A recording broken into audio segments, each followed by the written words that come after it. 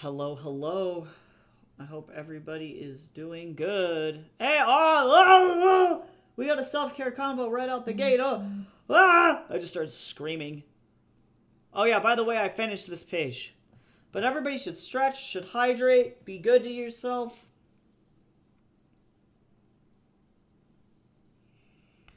How you doing?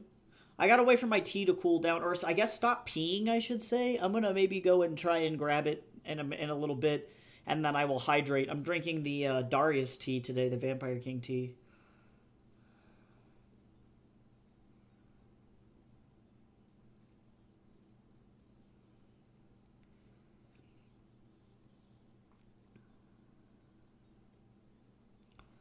I'm posting a final TikTok.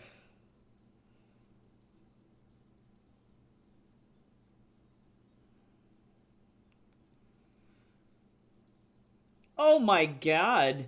12 pallets, sweet baby god. I am so sorry.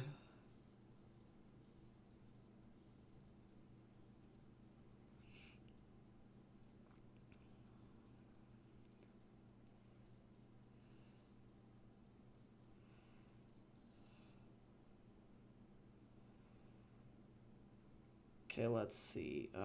Indie author, self-publishing. Oh my god. Self-publishing, indie publishing, uh, self-worth, writing. Great. I have so many things to publish or to post for social media now that I'm like running like 19 social media accounts all at the same time. I'm not saying it's the right decision. I'm saying that it's just a decision that happened. Okay, while I'm doing this, let me get a good stretch in here though. Surprisingly, I haven't totally broken myself today. And I was able to even get a task done before stream started, which is pretty crazy. Man, I'm actually getting notifications on my stuff? No way.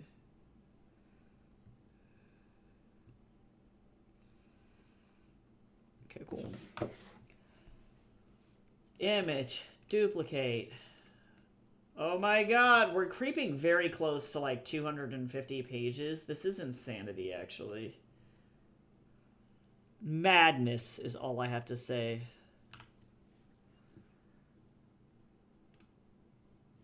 Ew. Get out of here.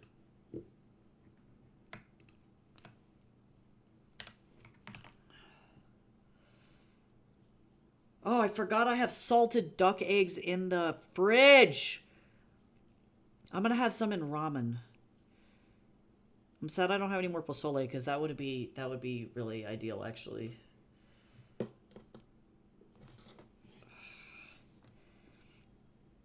Okay, one more. I have to do one more thing. Also, I think I hit. I'm very close to 700 on YouTube actually. Pretty crazy. And I hit 1,000 over on TikTok. So thank you so much to everybody who followed over on TikTok. Like, that's huge. Because now I can finally do, like, the link in bio stuff.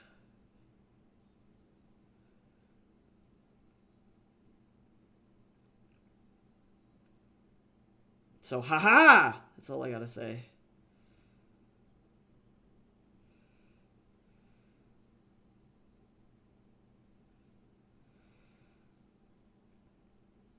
Also, meta support is fucking useless, okay? I'd like to give a little brief rundown. Okay, first hold on. I'm gonna go get my tea, and then I gotta explain to you the customer service failure that happened here. 1 second.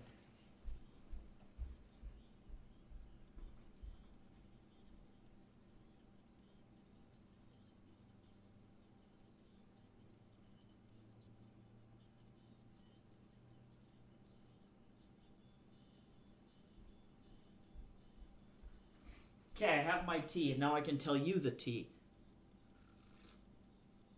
Ooh, The Darius tea with the cinnamon coffee cake creamer in it is fucking delightful. Okay, so here's the stupid shit. Okay, you ready? All right, so I run Facebook ads for a company, right? That's what I do for my job, is a lot of it is Facebook ads. Okay, so that being said, we have clients that effectively want to run Facebook ads through their own like ad accounts on Facebook, okay? So that makes a lot of sense. Effectively, ad accounts are how Facebook keeps track of payment information, like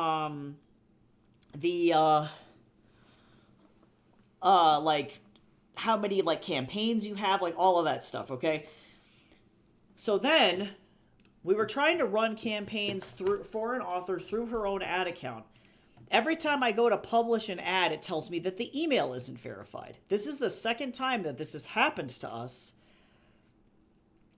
with the ad accounts. This was this author and a different author. And I'm like, okay, this is dumb.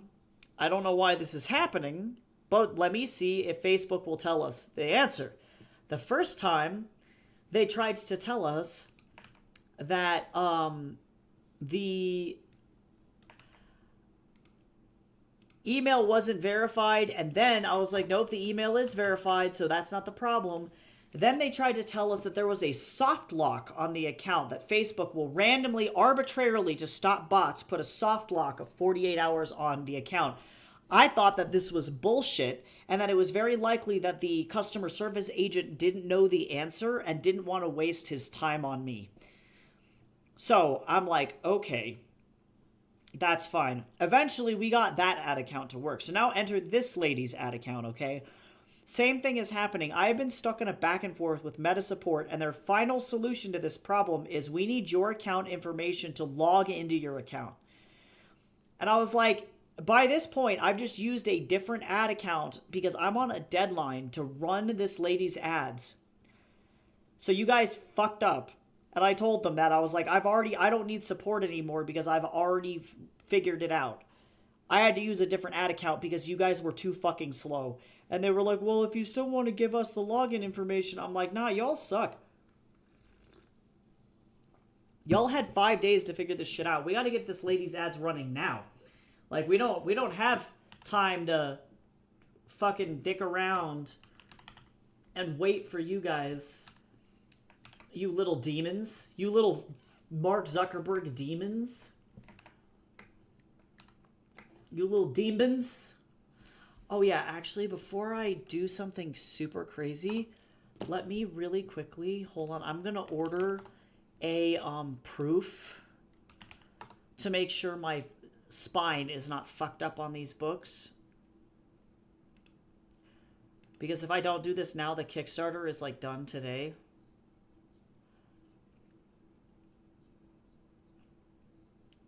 And I need to be able to do this now.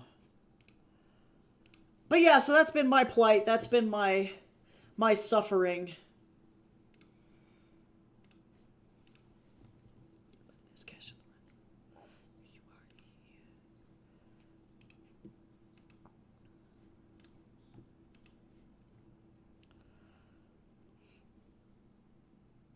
Okay, cool. I submitted a proof request. I should have done this days ago, but that's okay. And I have enough money in there to be able to do this, so that's looking good. Yeah, so I don't know. I don't know what the fuck. Technology, man. I don't know.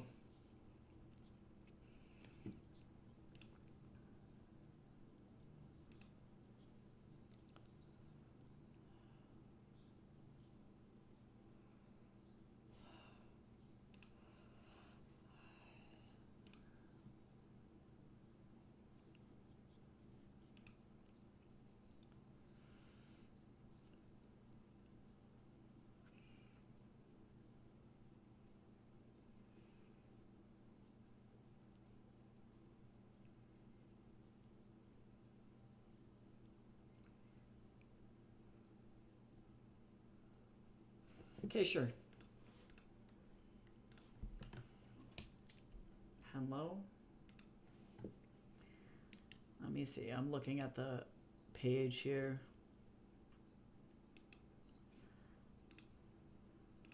So yeah, I don't know. Zuckerberg. Zuckerberg be Zuckerbergen? I don't know if Zuckerbergen is a verb.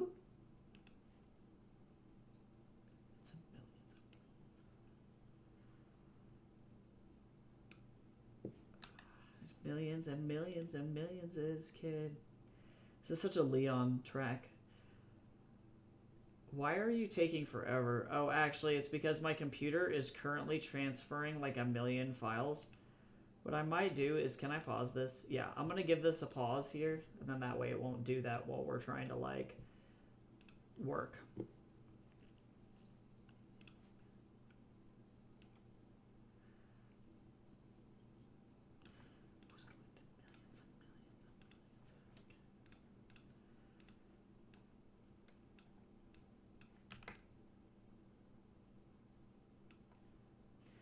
But yeah, say love you or something. I don't know. That's my life.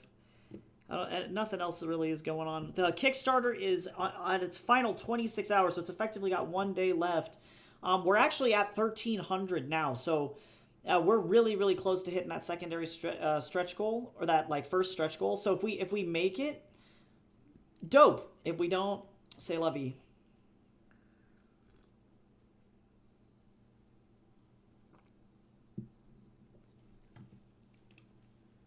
Is what I like. Okay.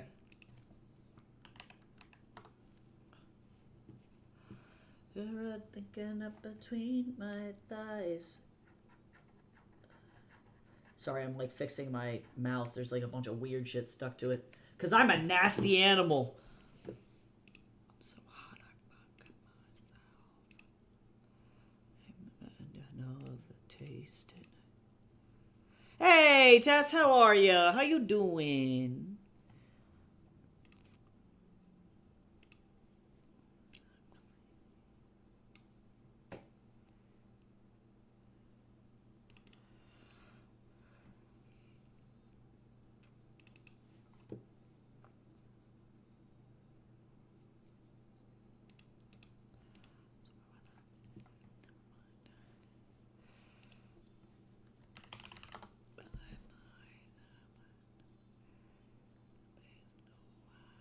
Why would I bother with touching anybody else?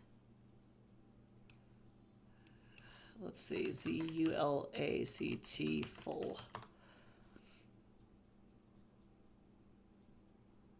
Oh, that's not what I want.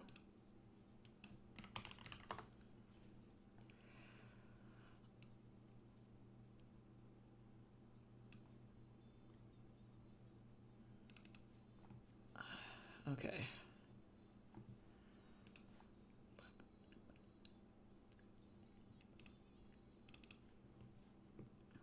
Okay.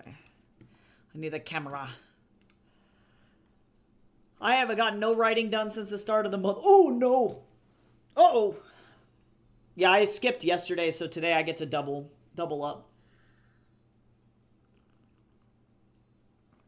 I am the least nasty out of all your friends. That's what you think.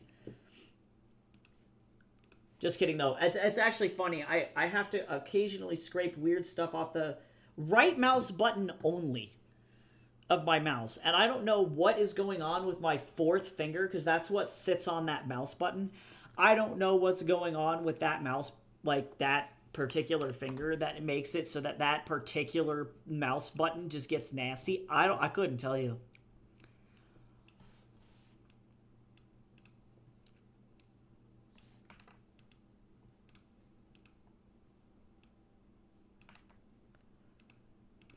Okay, hold on. Let me bend this general leggy here. But good to know that I'm not. I could be more nasty. I could, but I'm not.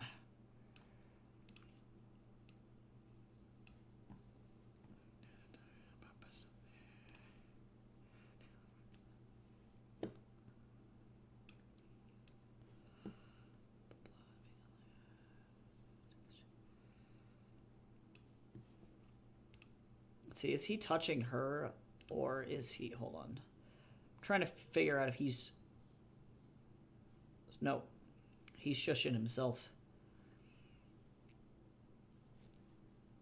Or he's doing the shush to himself, I should say.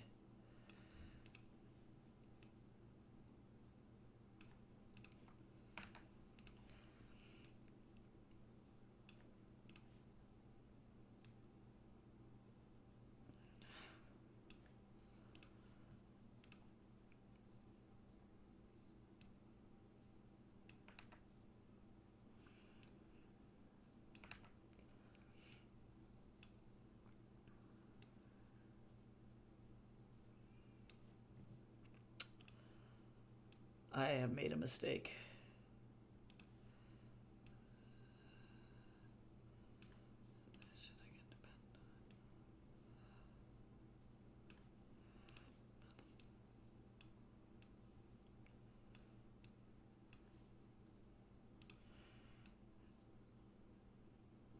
What is even happening right now? I don't want this to look dumb.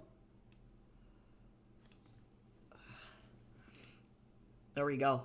I did a little writing. I read through all of Drum Corps the last few days. It's not as bad, in as bad a shape as I remember it. Oh, you know, that's actually always a good sign. Could be worse, you know. It's always the worst when you're like, okay, this is either going to be ass or I'm going to be okay. And the fact that it wasn't that bad is not, you know, all right.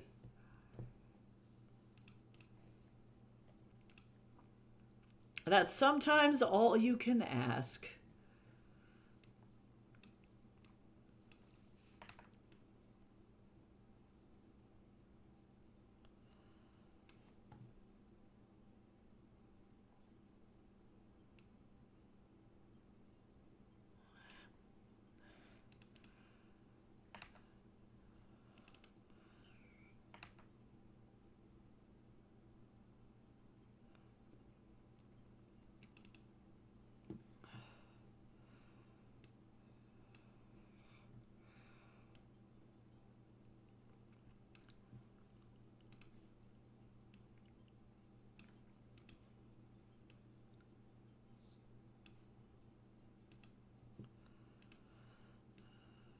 Okay, now I need... I'm like, girl, I need you to look at this man.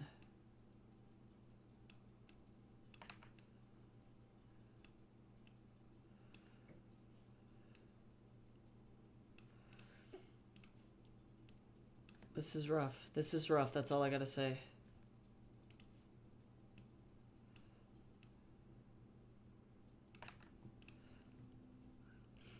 But I'm like, to be honest...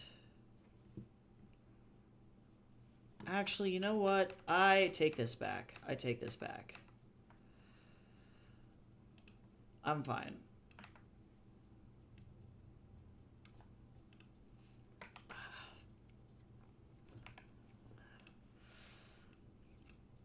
My favorite part of the day is always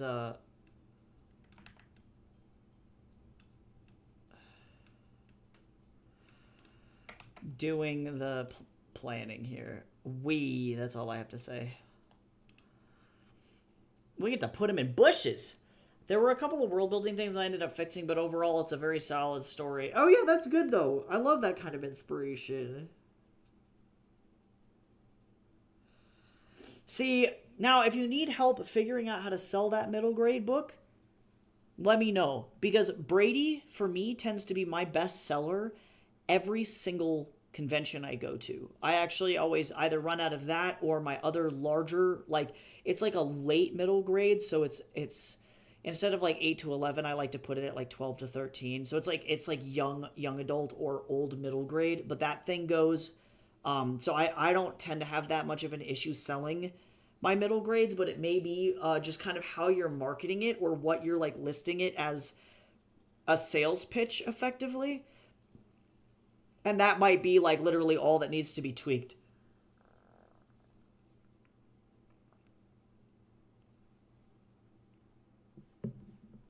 But let me know. Maybe we could knock some ideas around and figure out how to get the thing to move, because that's important. We want it to live, dang it.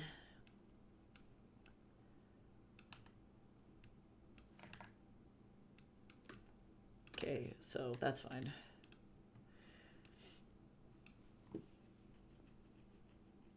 Yeah, for real. Like, I don't even think we would need to do that. Like, I think that if you want to send me a DM, but for real, actually, like, for sure, coffee would be super, super fun, and we could like talk shop and do all of that stuff. But I'll send you a message. This month is a little cray cray for me because I'm going to Canada, but I'm typically always free on like Fridays and Saturdays. But yeah, I'm sure it's just like a positioning thing.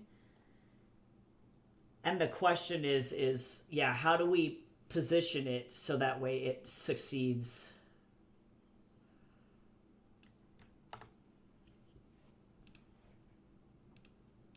Okay.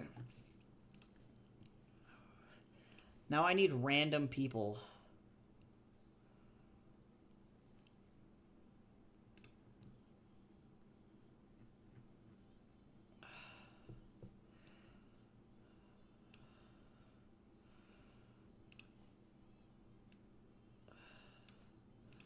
Hold on, I'm gonna fix her head here.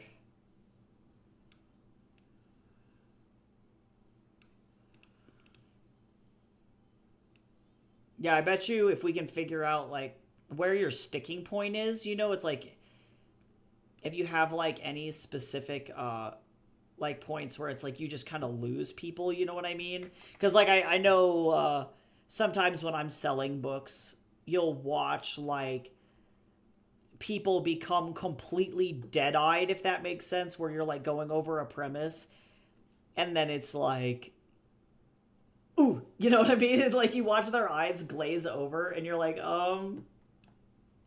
please. So sometimes that can happen where it's like it's very clearly it's like not their genre.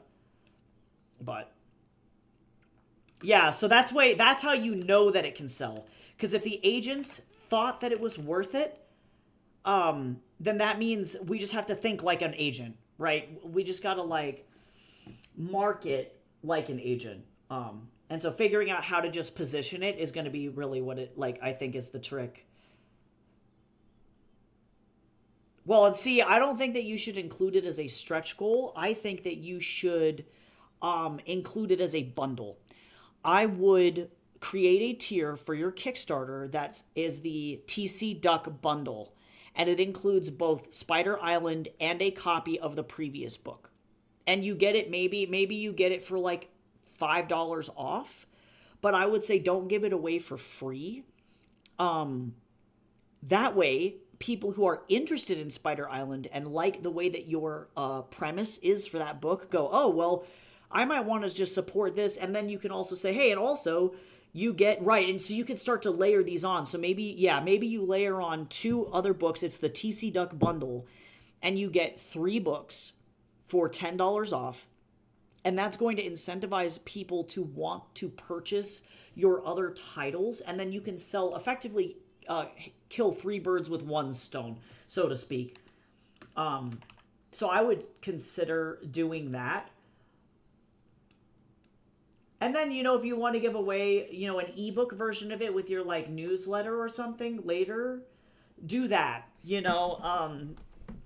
Your stretch goal should definitely focus mostly on Spider Island as a title, focusing on forward momentum for that, whether it's like you want to pay yourself royalties for the title or you want to work on the sequel for Spider Island or like whatever limited edition stuff, like whatever you have in mind for that. But yeah, I would say definitely you're right, it might not be the same target audience, but you can say, hey, like if you like my work, you'll like is effectively the kind of like vibe there, if that makes sense.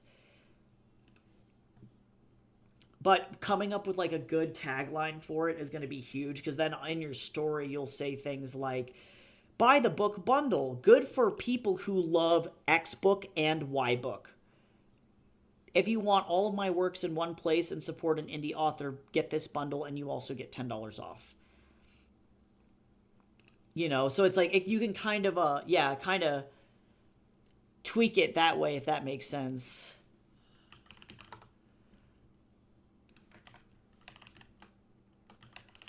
The goal is to upsell the shit out of your work. Be like, yes, I am the best author that has ever existed, and you want all of my stuff really bad. Like, really, really bad.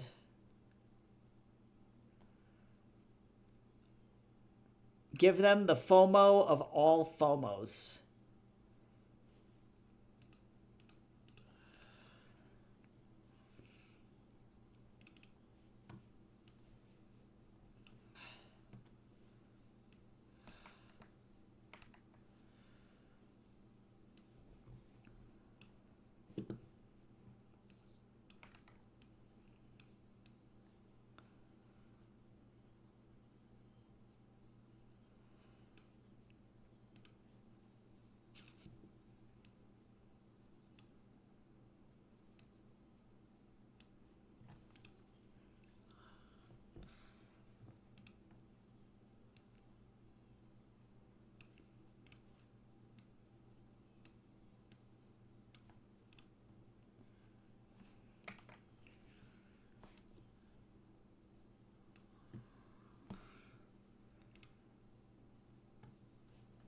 But that's at least the strat that I would use. Yeah, it's really up to you and kind of what you want to do with it, truly. Like, if you want to just, like, eject it and get it out to as many people as possible, free is the way to do it. But I think if it got that much traction with agents, I think it's kind of worth playing around. Oof. Yeah, I see. The other thing I'm trying to think about is editing cost. Okay, so then the question is are you thinking about putting a the cost of editing into your Kickstarter? Is that like baked into the Kickstarter goal itself? This is gonna make sense. I promise he's not just turned into Solid Snake for no reason.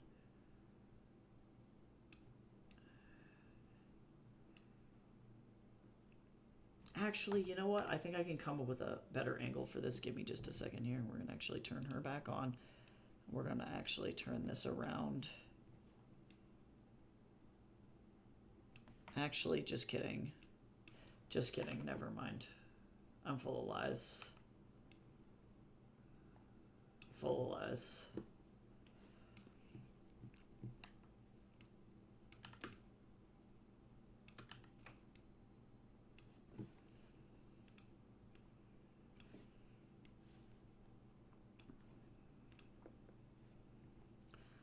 Yeah, because if you need somebody to proof your work really fast, please let me know.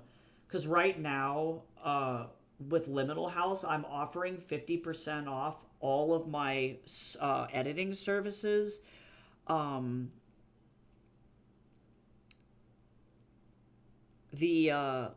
and I know that it's more editing on top of editing, you know. So if you're looking for really cheap proof editing, let me know and I can maybe try and like we can work something out so that way you can for sure, you know, release Spider Island with confidence, because it's always the worst when you're like, hey, I paid you to do this thing and now there's a bazillion typos in it still. Like, that's literally the worst.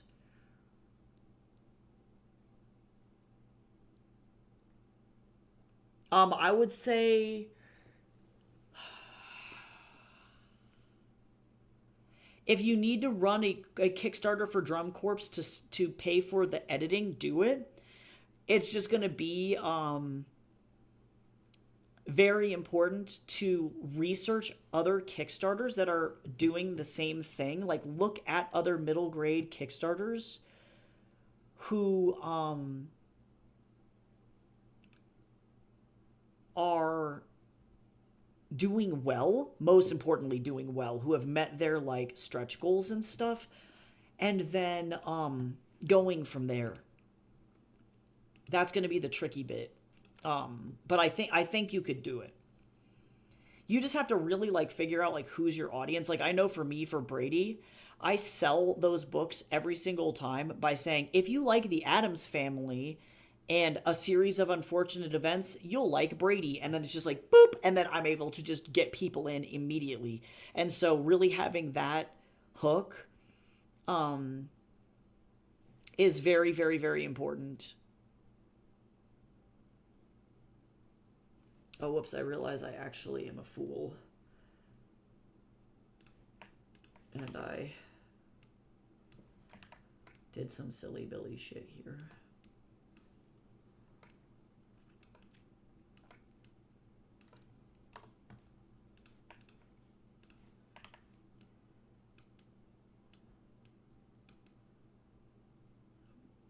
We got lots of stuff going on this page.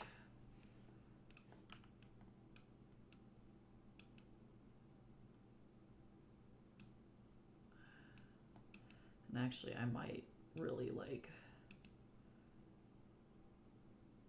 bring that up like this.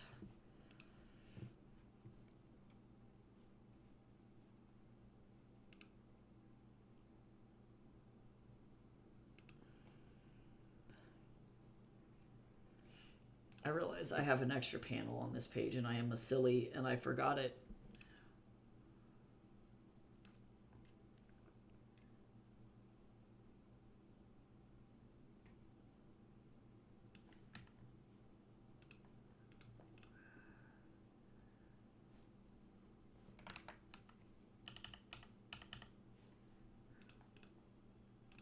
There we go, better. Because this is a car, so now I need to go ahead and do these two random people here. Oh, okay, welcome back. Yeah, so point being, I think it's just about positioning and research. But that's kind of its own monster in and of itself. But I think you could pull it off.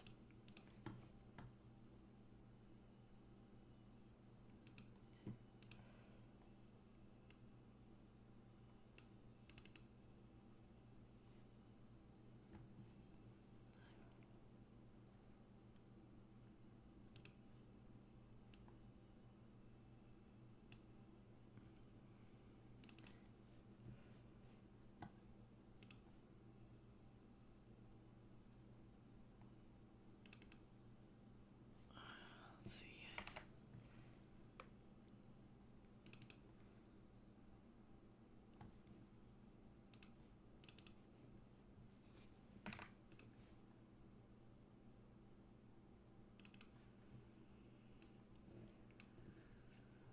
Okay, cool. Yeah, I think you could do it. And maybe if you wanted to, like, I personally think it's better for the I would say overall, like, the stretch goals for Spider Island should stick to Spider Island until it's like maybe the last stretch goal, and then say, hey, I'm looking for editing for another project. This is what the editing cost is, and then, you know, hit that there at that point.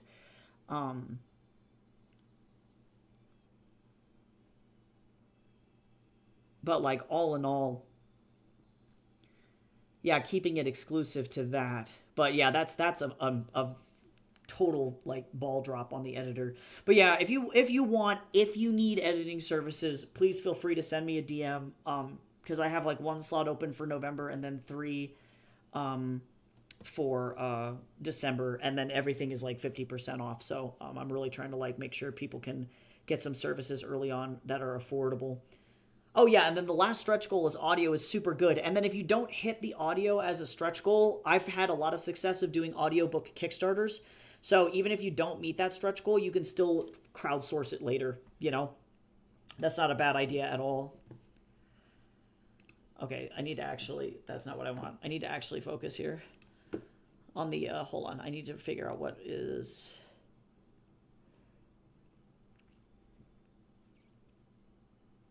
I need to make these guys walk.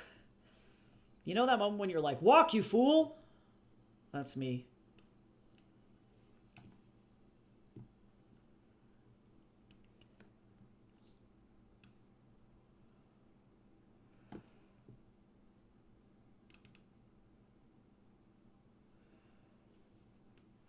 I'm gonna have this one guy with like his hand on his earpiece being like, hello, I am official and I do radio stuff.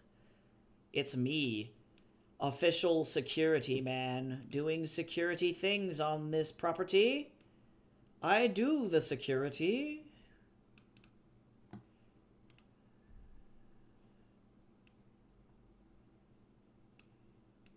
And then this guy's hand is going in his pocket.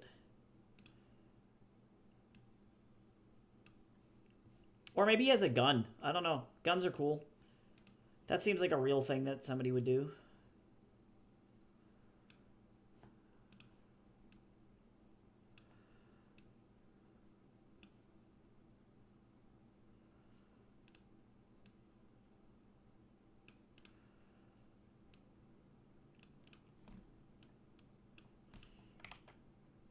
Okay, great. Get over here. All right. Yeah, that was my thought as well. Also, I thought might be a good investment to get the first hour in advance to have something for promotion. Yeah, I would say not even the first hour. I'm not even joking. The first chapter, or even the first 5 minutes. You definitely do not need. Yeah, you definitely don't need like the first hour for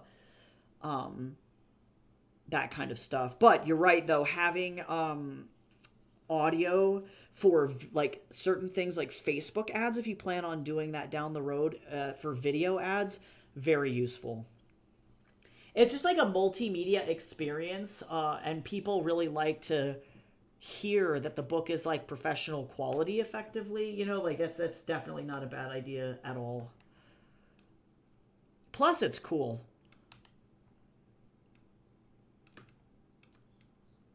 Cover up all the weird stuff so that I don't get karate chopped by Jeffrey Bezos. CEO, entrepreneur.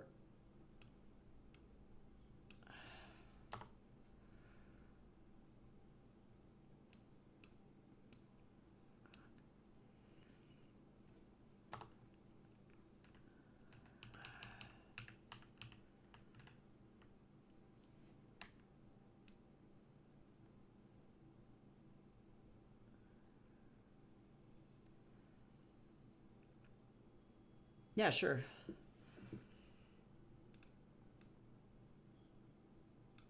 All right. Could be worse. Let's get started. Oh my god. Help. Okay, I'm gonna close this because this is slowing my whole computer down. Get out of here.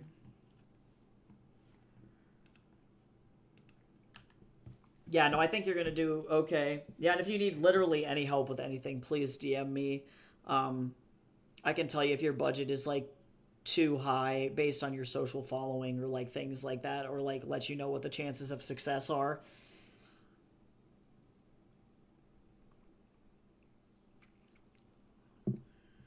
Because I'm definitely now at the point where it's like I at the very minimum have an analytical eye for how to make these things work. Because ultimately we want them to fly.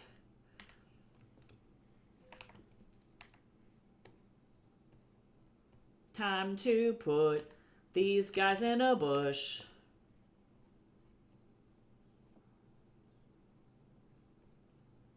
Don't we love it?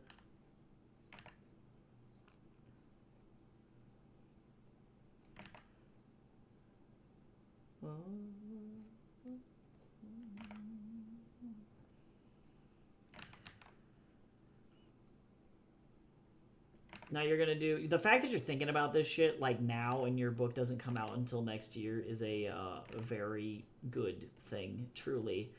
The number one thing that I see people fail at is like they get super excited about releasing their project like right now, and then it's like, oh god, no. Oh no, 1,000's perfect. 1,000's the minimum. That's what I would say. If your Kickstarter is between 1,000 and 2,500, you're in the golden spot. That's literally perfect. Um, and then any higher than 2,500 is like, nah, that's fucked up. That's too much. And you're probably not gonna hit it unless you have like 10,000 followers on social media. That's like the kind of like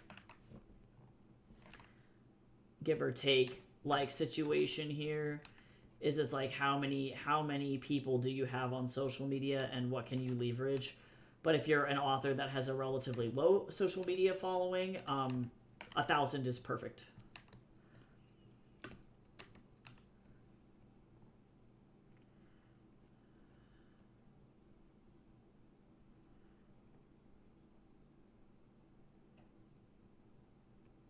Yeah, because any lower and people are like, why are you running Kickstarter then? It's kind of a weird, like, social thing. But also, too, make sure that you're accounting for Kickstarter fees, cost of production. I would recommend using the Print Ninja Kickstarter calculator. They offer it for free, but it's through the Print Ninja, like, printing company. They have a Kickstarter, like, spreadsheet thing that I use for every single one of my campaigns, and then it will help you calculate stuff and accidentally avoid, like, whoopsie doodle, I forgot that I needed to account for this, etc., etc. It's part of the reason why I didn't offer US shipping this, or out of US shipping this time, because it turns out that shit was just way too expensive. And I would be in the negative, but it'll let you know if your Kickstarter is actually going to make money or if it's going to put you in the red, and you'll still have to, like, front some costs. It's just kind of depends on what's going on, but I really like that calculator a lot, and it's very, very useful for what you need.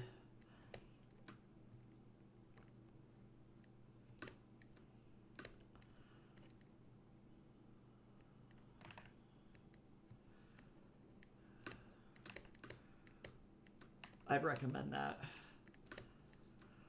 But other than that, you know, making sure all your numbers are ironed out and everything is the hardest part, especially if this is your first Kickstarter. And, like, if it's rough, that's okay. You know, like, this is kind of one of those things where you'll get better at it as you do them more. And the first one's going to be kind of fucking like a roller coaster. Kind of awful.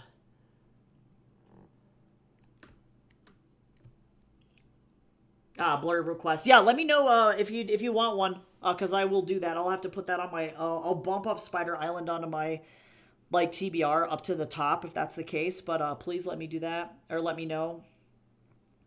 And if you're looking for a cheaper option to NetGalley, I would recommend looking into Booksprout as well. If you can afford NetGalley, do that by all means, because that shit is gonna they have better readers, or I should say, like, better reach.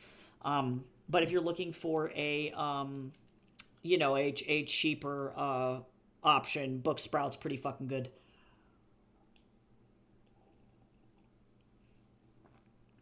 I fucking love Booksprout.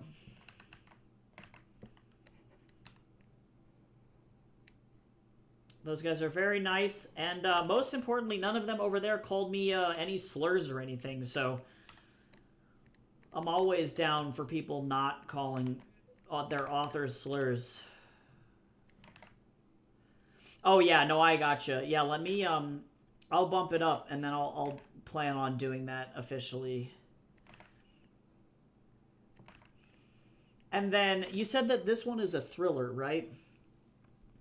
I'm trying to think of what I've written that would, oh, wait, why am I doing this? No, wait, I was right. I am a fool.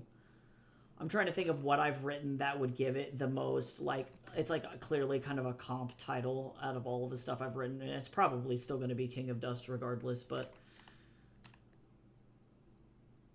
yes, and I will let you know if I see anything, like, crazy. Definitely. Damn you, Spider Island! Okay, yeah, because the biotech thriller is not published yet, so unfortunately I can't be like, Tycho Duelis, author of, like, Appetite, because it's not out yet. Yeah, that one's not going to be coming out until, like, 2028 or 2029, so it's got a while yet. Oh, we got a self-care combo. Everybody sit up, stretch, drink some fluids. But yeah, I feel like King of Dust is probably my most famous thing.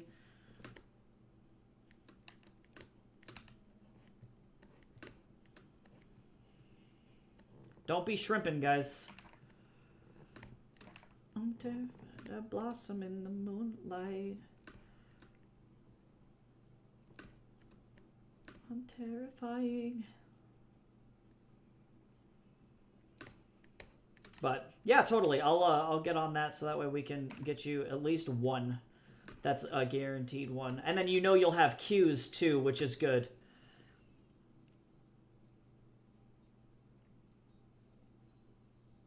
Oh, yeah, totally. No, then King of Dust is perfect. Yeah, okay, great. Great. Great. Yeah, so I would list that. I would say, yeah, as soon as my blurb comes in, that's what I would probably list me under. Because then if people want to go see what I do, it's like, oh, this thing is like, 124K reads on Wattpad, and it's like actually like a thing that people care about. I don't think, though, if I'm being quite honest, no one looks up the authors on the blurbs, by the way. Nobody.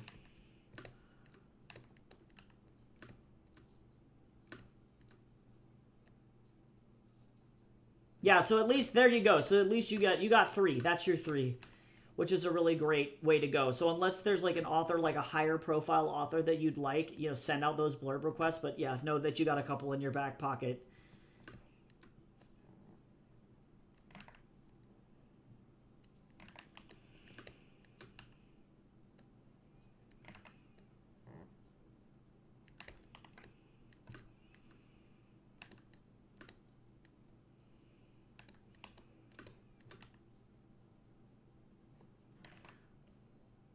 Yeah, you sound like you're in a good spot. Yeah, for me, I just like didn't know enough authors like when I was getting my stuff blurbed. I'm very grateful that there were like people on TikTok that were like, "Yeah, I want to like blurb your stuff." And I'm like, "Yay." Thanks. I appreciate you. No, I'm not dying. After I had like 3 fucking authors turn my book down because they were like, well, I only read books that star bisexual characters that end up with men. I was like, what the fuck is happening right now? So you're biphobic is what I'm telling you. It's what you're telling me. It was a weird time.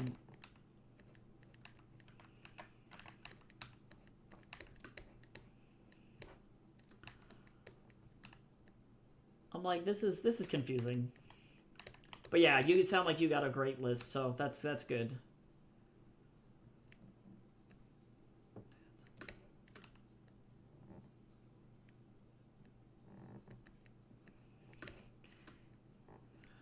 Don't play with me.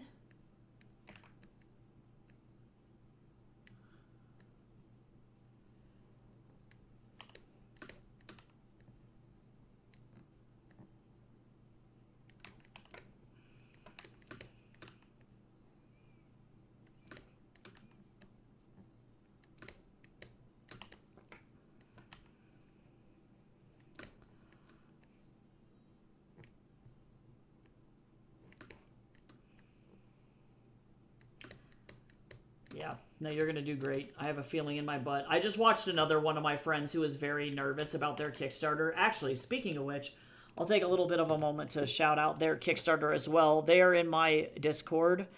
And I actually, let me open up their Discord because I need to, let me get that going. They're writing a fantasy novel.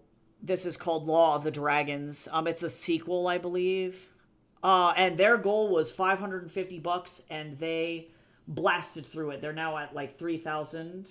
It's a fantasy first novel with LGBTQ plus representation. And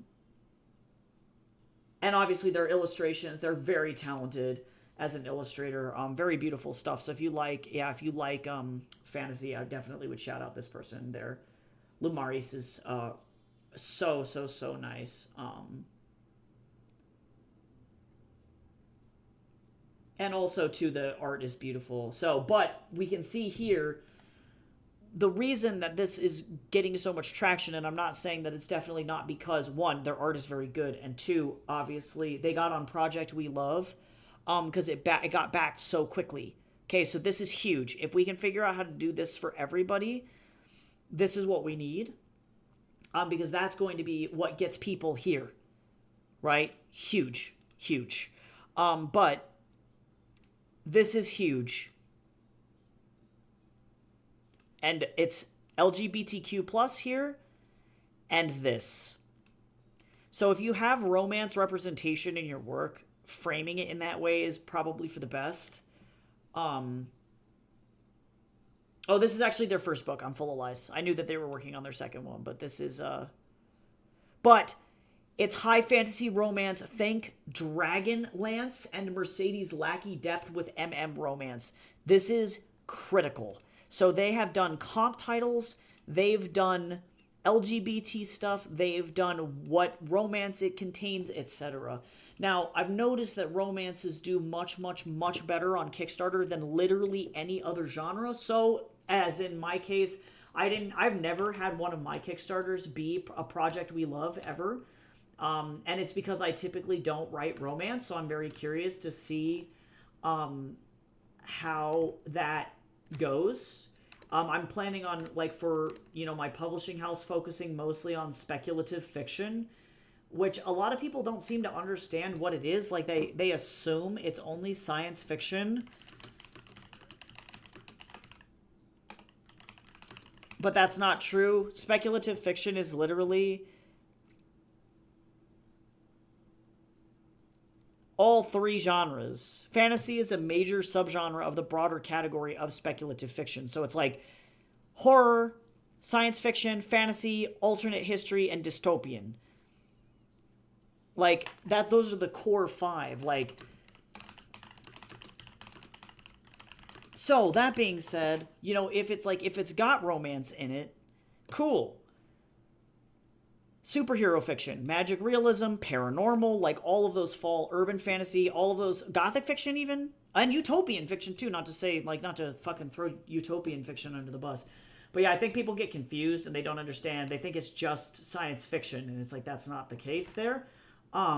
But yeah, like, if you have romance in your work to any degree, or it's the focus, that's going to be super useful for your marketing.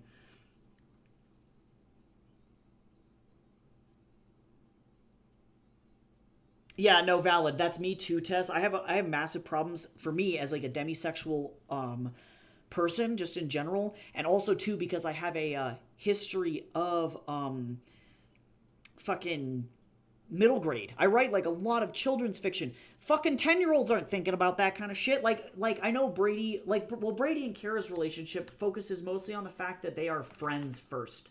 And that's like number one. That's it. They're like ride or die BFFs. And like, maybe would they become, romantically interested later? Potentially. If I were to ever write like a young adult Brady book about Brady specifically, maybe. But like, I don't know. I'm pretty sure the kid's ace. I don't know, man. So it's like, it's just kind of one of those things where it's like, it's just not a focus of my work. So I haven't really been able to leverage that at all. And unfortunately, people are really looking for romance-heavy subplots or romance-focused books. So something to consider: if you have it in your books, use it as leverage. Karate chop the entire population. I don't know. But yeah, exactly. It's not for the girlies, right? I agree. And like, it's unfortunate because with Book Talk being the way that it is, like looking even at my demographics for my TikTok followers and stats there, overwhelmingly 85% of my audience are people who identify as women, right? That's pretty normal for the readership group, like readers just in general, is it's like they're mostly going to be women. And so the chances of people being more interested in romance are much higher because women are more likely to read romance genres, So the question is how can we really lock in on the people who are reading the James Pattersons and the John Grishams? How do we find those guys? Where are they? And how do we market to them on Kickstarter? And that's the challenge.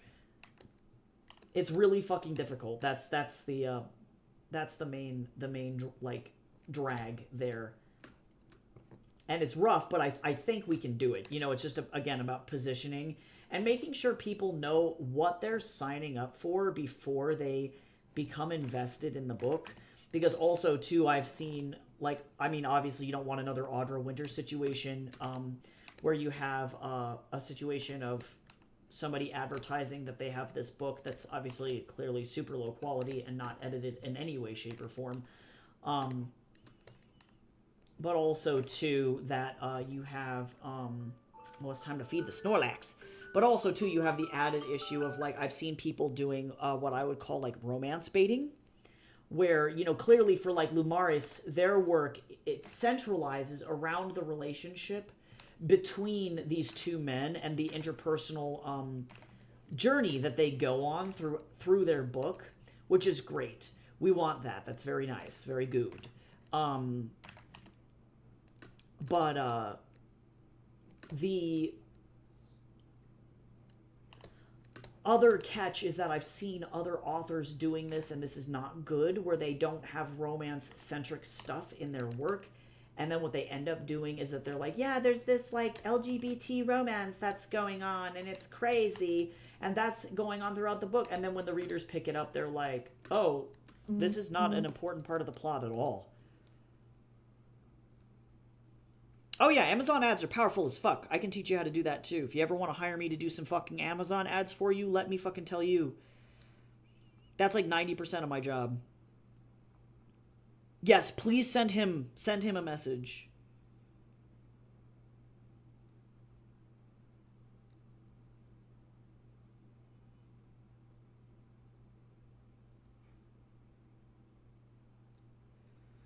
Yeah, do it. Yeah, no, yeah, Amazon ads can be quite powerful. For Pubvendo, the way that we focus, like what we focus on, are meta ads and Amazon ads. Those are the two main categories. I don't know how successful meta ads will continue to be in the future, because I recognize that, like, less and less and less and less young people are on Amazon, or not on Amazon, on Facebook. A lot of people hang around for, like, shit posting and, like, memes, you know, like, that's pretty much it. Yeah, you'll have to let me know how that NetGalley promo goes. And then also, too, if you wouldn't, like, when we talk shop, we can talk more about this, too. How to get into those kinds of things, because as a publisher, I would love to have some ammunition for my authors to be able to get review numbers up, because I 1000% agree. If you have, like, 25 reviews, you're in a really good spot. And that's kind of where I'm trying to get all of my books at. Brady's almost there. Brady 1's almost there. I just didn't have the know-how of where to go to get reliable reviews that were not going to, one, break my bank, and two, you know, were reliable reviewers, because that can be kind of tricky as well. And unfortunately, like, I got some great reviews on a lot of my stuff. I was going through, like, book tours companies and stuff, which is not a bad thing at all. But the overwhelming unfortunate nature of it is that a lot of book tour companies, by the way, just in case anybody was not aware, are run by very Christian people, and they do not accept LGBT authors or fiction. So I ended up in a very weird spot, because they were reading a lot of my work and I think just didn't realize that I was LGBTQ+. And so they're unfortunately very homophobic. So, you know, you can kind of avoid them, I guess, if you're, you know, good at it. But I would not recommend really using any book tour companies. But goods to know. Also, thanks for that lurk, Ava. Appreciate you. Yeah, $80. I mean, $80 for a membership is not bad. Like, that ain't bad. Because is that like 80 for a year, I'm assuming? That ain't bad, really. Like, I'd fucking commit. So that might be useful for me as a publisher to get on that. If the Booksprout reviews don't end up working. Booksprout is like, they're less professional reviewers, and the chances of you not getting as many reviews as you need is kind of likely. I kind of maybe want to do a double whammy. That would be the most comfortable if I could do that. But that's like $25 for like an entire, or $10 for an entire review campaign for 25 reviewers, you know. So, and they can't guarantee 25, but you can at least try your damnedest. Okay, so 12 is pretty good. 12 is pretty good. Yeah, I got like, I think when I did mine, I got like 8 5? You know, so if you can kind of double whammy those, maybe that's the way.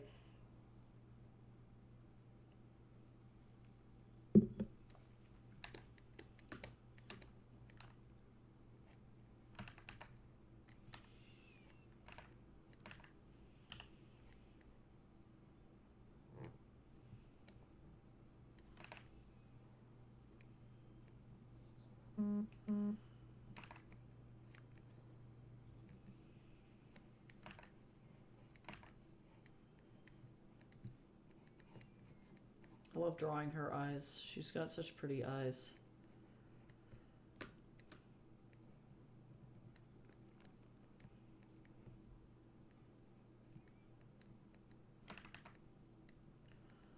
I'm feeling really in the flow today. I feel very revitalized. I don't know what did it.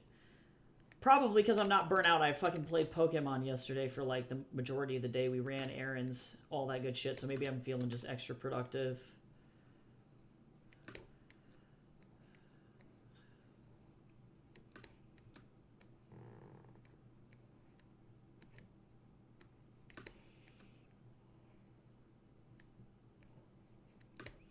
Yeah, I'm feeling very like not trapped in hell. Maybe it was the fact that Zoran Mamdani won the election. Was it Zoran?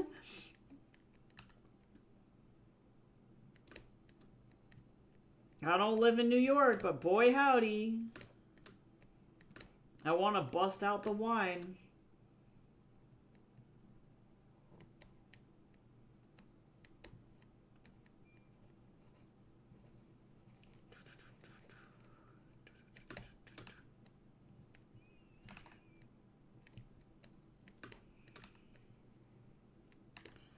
Also, no, you're good. Yeah, thankfully I just start talking about random fucking nonsense whenever AdTown happens, so all you missed was me rambling about shit, so. Yeah, no, no, that sounds like good. It sounds, at the very minimum, like there's a good... 12 is pretty good. Yeah, 12 is good. I think with Booksprout I got like 5, but I sent it... I don't remember how many people I sent it out to. Not very many. So, that being said, like, that's not bad at all. I would probably want to, like, combine NetGalley and Booksprout. I've abandoned Book Sirens. I thought that their readers were fucking mean and homophobic, so we're not going to go over there anymore. We don't do that.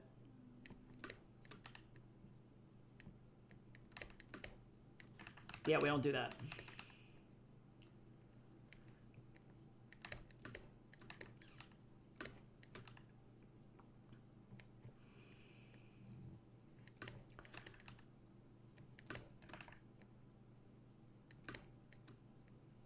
Yeah, I have to start making a bunch of guides. I have to register for my EIN.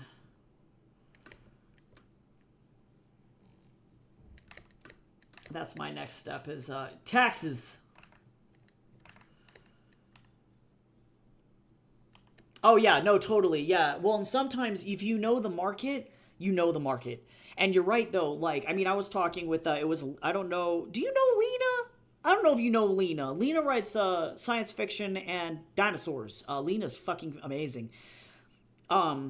She was at my booth very briefly. I think you guys crossed paths just a little bit. But her dad was also at the convention. And, you know, we were talking about how, you know, he was like, your covers are very bright and they're very attractive. And I was like, thanks. You know, he doesn't really read a lot of fantasy. He's mostly a science fiction gentleman himself. You know, he's kind of up there. Yes, Lena was the one running Q's booth. Yeah, yeah. So her dad, you know, we were talking about that, and he was like, people like to say, you know, don't judge a book by its cover, but that's fucking false. And I was like, yeah, I mean, he's right.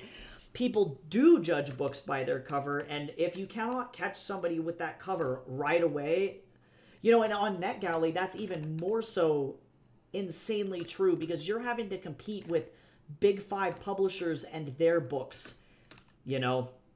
So you have to have a good cover. Oh, fuck yeah! Oh my god, Chimera is so good. Oh, it's so good. So good. I literally could fucking go on forever about how, like, Chimera is my love. Holy shit, I love it so much. And yes, totally. And that's the fucking strategy, is divide and conquer. You know, so yeah, I would love to join that co-op if it's open for new members, because that's, one, gonna help me personally. You know, that would be really nice. But two, for like a publishing audience, that also will help me as an independent publisher make sure that I can get my authors, they can get representation as well. Because I really do think that for a lot of self-pub people, it's just not knowing where to go to get people to help you. You know, it's huge. You have to know where to go. And I'm still learning. I learn every day.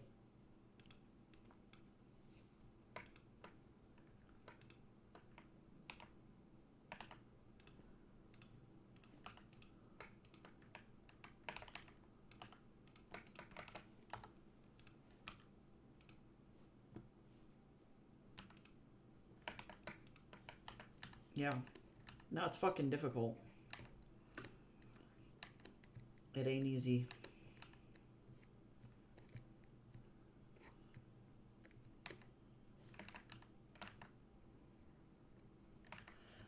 I can scout it out first too if you want. Haven't used it before. Okay, yeah, sure. And all I know about it is what my mentor told me, and he might have been a bias party. Well, you know, if he had a good experience, that bias is not necessarily super bad. But yeah, I would love to hear how it goes. Because my Kickstarter, my next one is going to be in April of next year. I don't know when you're planning on running yours, but yeah, that would be insanely helpful. Okay, let's get some freaking bushes. I gotta go get my bushes.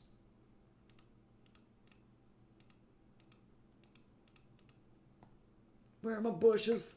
Come here, bushes. Okay, June 1st. Okay, cool. Cool. Yeah, I might be doing some setup stuff alongside you, you know. So that'll be kind of how that goes, is we can do it together. Yeah, because I want to test it on my own stuff personally first before I test it on, you know, other authors. I want to be able to effectively have a pretty flawless proof of concept, and to be able to go to people and say, yes, we can do this, and yes, this is how it works, and yes, you don't have to worry about not meeting your funding goals or not doing any of these things, because no matter what, you're gonna make it, you know, because that's the guarantee. That's where this gets tricky, is like, that's the guarantee that I have to be able to meet these authors at, and that's where it gets hard.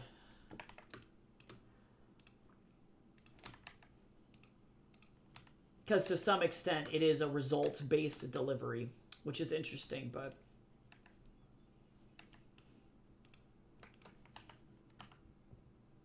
Oh, normally I don't do all of the coloring all at once, but... maybe I will. Nothing can stop me. No one can stop me now! Actually, just kidding. I'm not going to do that to myself. I am a fool. Never mind.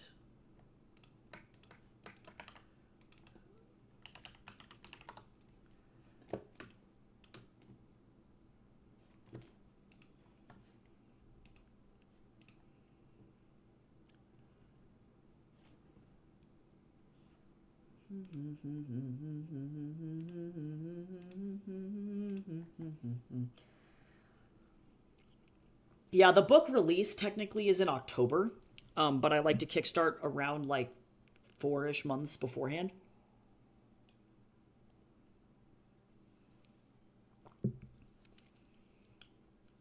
So effectively, the Kickstarter is a way for people to get a hold of books before everybody else, in a way. But everybody has a different timeline for that kind of stuff. I don't think there's necessarily one right or wrong way.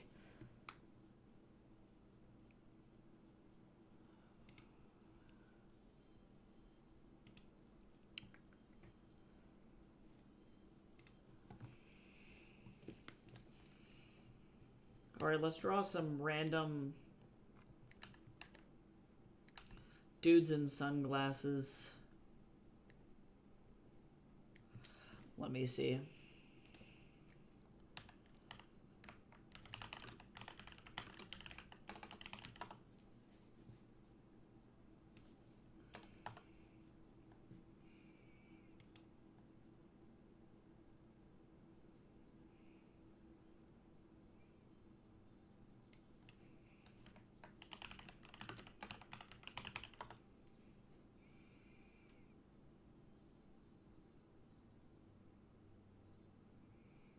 Okay, I gotta pick the most professional looking private security uniform.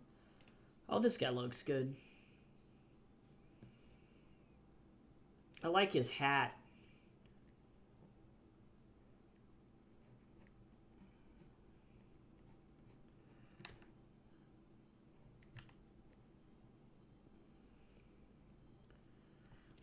Sure.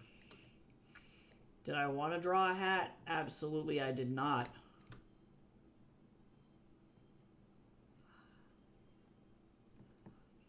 But if I have to, I have to. Oh my god, but somehow, you know what? My Clothed Life drawing class really fucking saved my ass with hats, actually. And it's mostly just brimmed ball caps, but at least I can do that. Yeah, I'm hoping I can deliver the books quickly. My friend asked me if I wanted to split a booth at Lit RPG Fest, and I'd like to, but it starts in July, and I don't want my best-selling books at a convention when my Kickstarter peeps are still I see. Yes, I gotcha. Do you know if Lit RPG Fest is still accepting applications? And also, I wonder if my books, even though they're not Lit RPG, would still do well. I feel bad because I have King of Dust. I have it listed as a Lit RPG, but I realize I'm just dumb and that's not necessarily super accurate for what it is. So I've been having to like amend my pitch, and I eventually will be changing the actual content of the or the actual back matter to change the what it actually is to have it be more appropriate, because it's not a Lit RPG. So that's where we're at.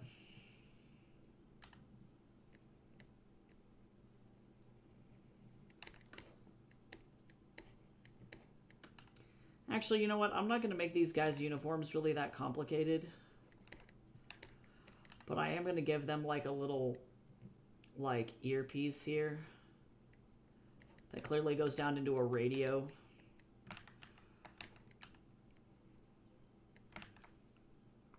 He got that earpiece radio that's going down into his like shirt or whatever.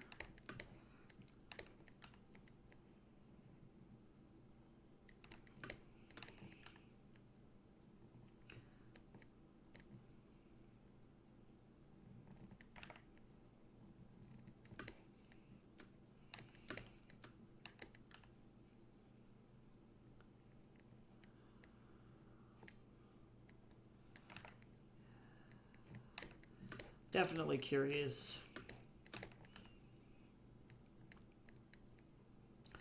Louis Hong likes to have guys packed with some guns.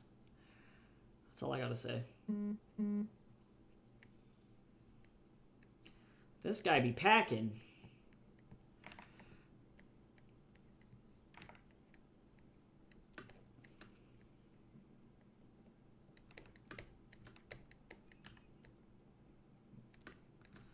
You know, I'm glad that I just have, whenever I need them, like, random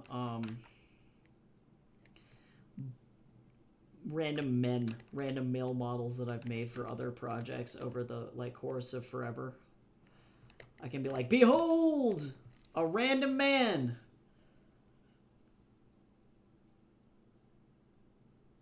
I see. So I think they take other genres as well. Oh, that's cool. Yeah, because it's tabletop RPG inspired adventure fantasy is truly what it is. I didn't realize that there were so many fucking mechanics that go into like Lit RPG and Game Lit both. So they're very specific, hyper specific genres. So for what it is, it's good. I just need to change my advertising strategy on it because I did for the audiobook where I was like, yeah, this is not lit RPG. It's a tabletop role-playing inspired adventure fantasy, which is different. Not the same. I get to draw a gun.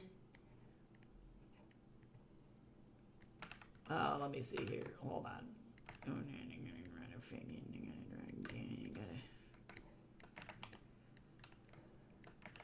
Draw a fucking gun part.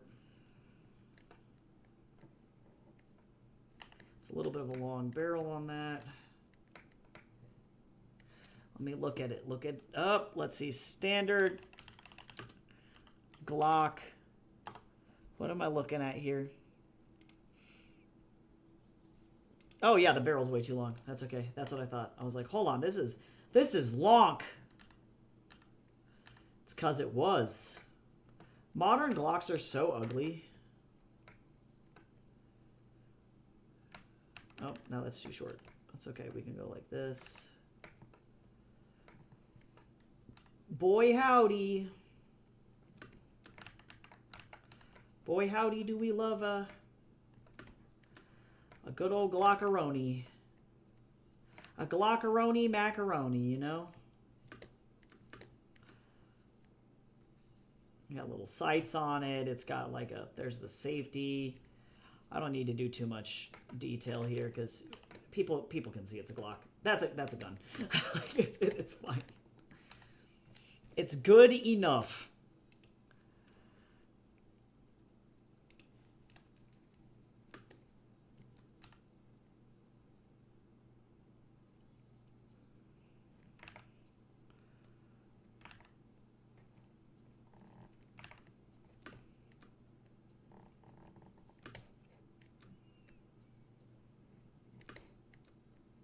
But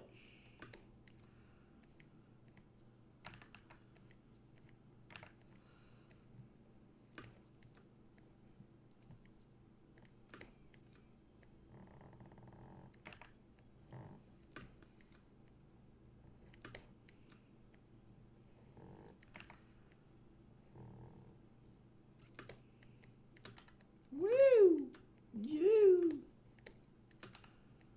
woo. I'm fine.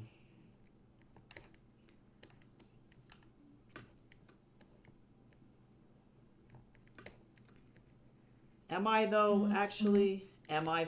No, I don't. I mean, I'm doing my best. This guy looks like the most Adam Ellis comic book character of all time. And I do not say that offensively. Oof. Yeah, style matching is tough.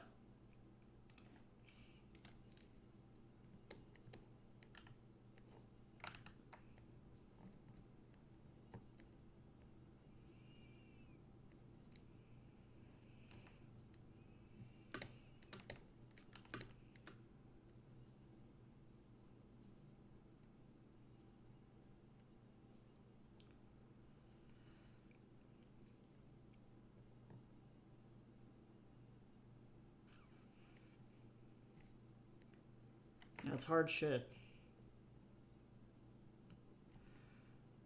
Wow, I made a shoe.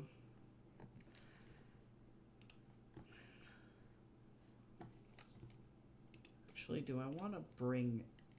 I might. Hold on. Undo the shoe. Undo the shoe.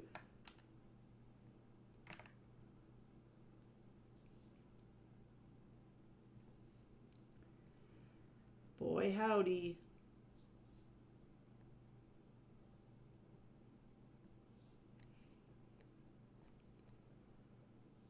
Boop.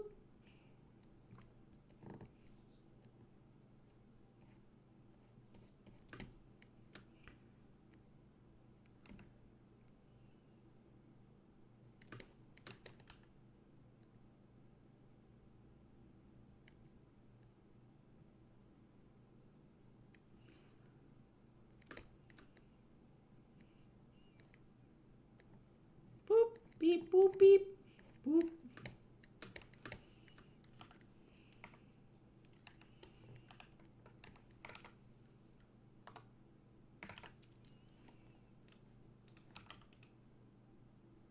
Look at that.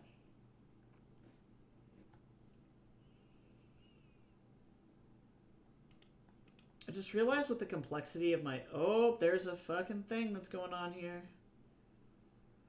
With the complexity of my pages, I was like really hoping that I would be able to... There it is. That I'd be able to actually get through these pages in like a very quick fashion, and it's just like not happening.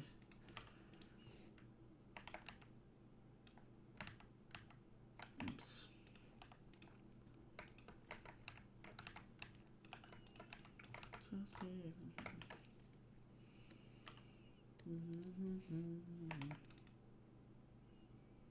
Thing to do with me.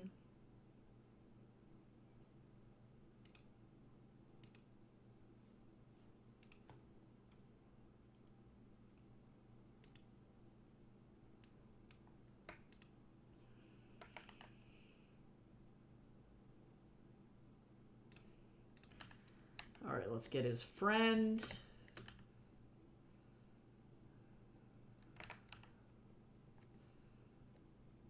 Oh, and also, too, can't forget.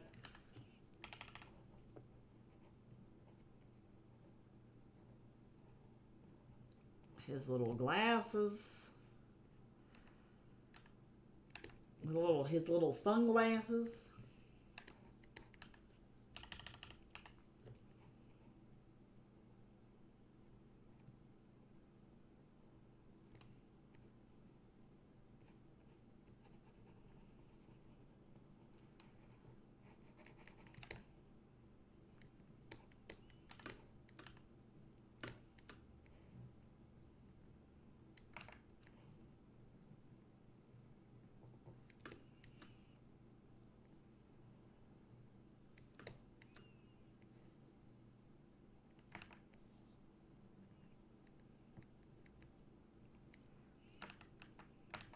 Okay, perspective, don't bully me here. Phew, goodness.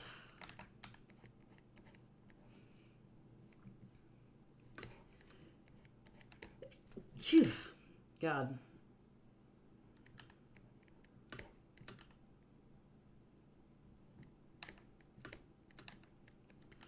Wow. Thank you. I'm dying a little bit. That's okay.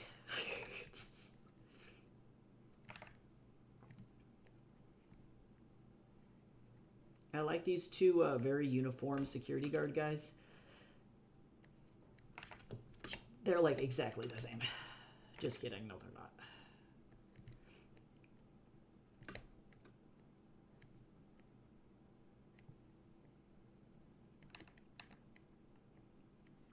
I'm dying.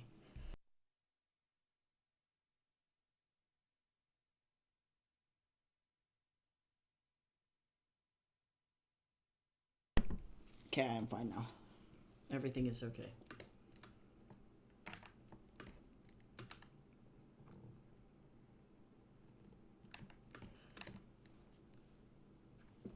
Why? I thought I was okay, but I was wrong.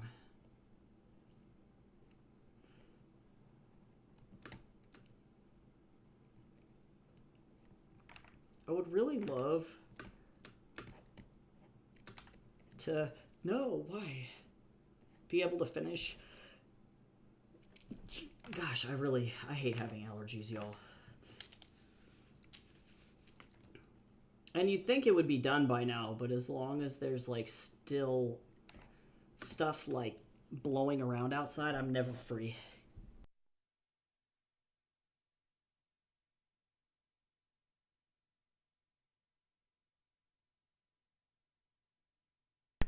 I'm very excited for moving to Canada because all my allergies are going to go away.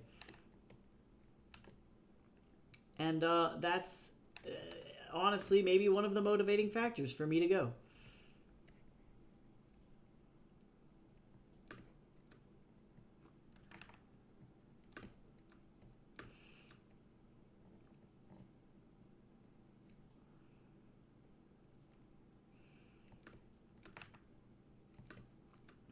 I'll take it.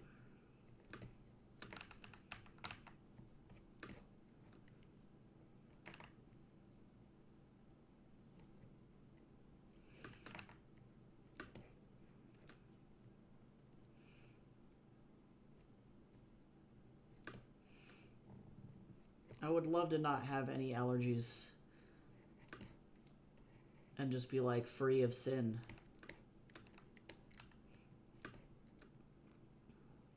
No more sin for me.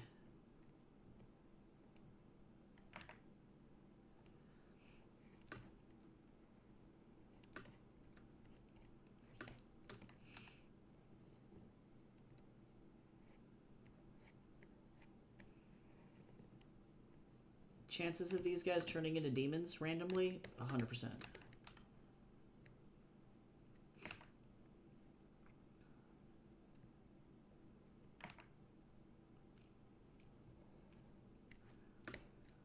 Oh yeah, I realize. Guess who didn't like draw the belt? I'm a weirdo.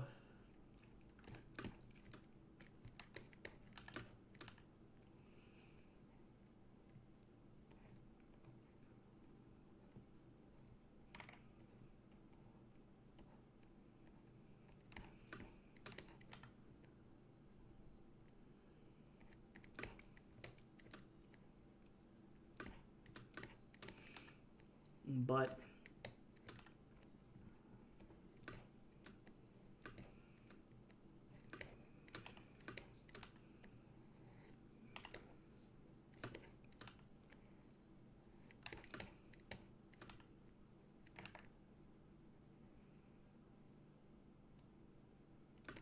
Jace might come home for lunch today, and that makes me very excited.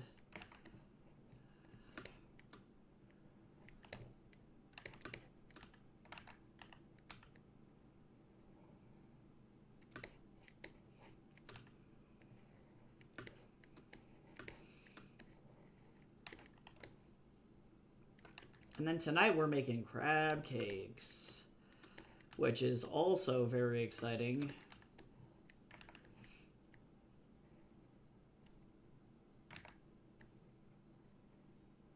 I just want a crab cake.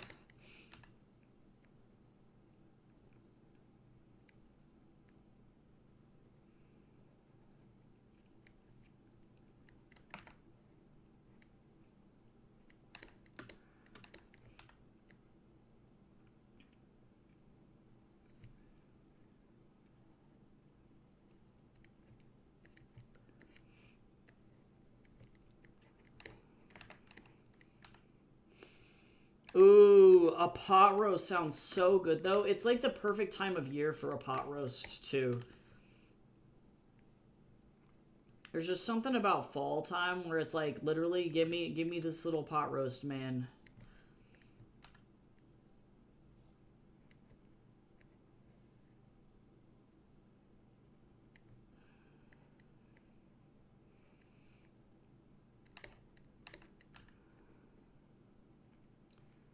I just like how easy they are, too, where you can just be like, get in there, and then just everything is happy after that. And then you eat it. And that's it. That's all there is to it. Okay, there is this hyper-aggressive looking dude.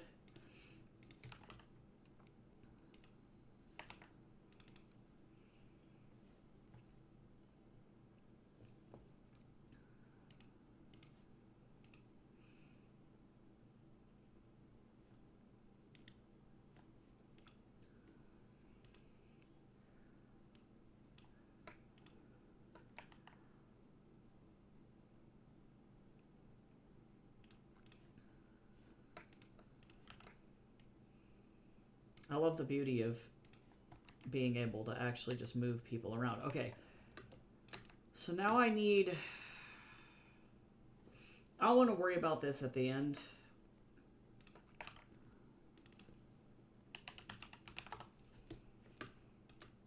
I need, like, a background for them.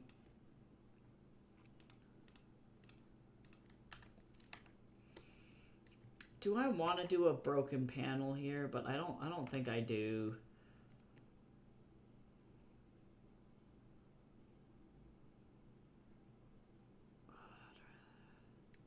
You're not alone.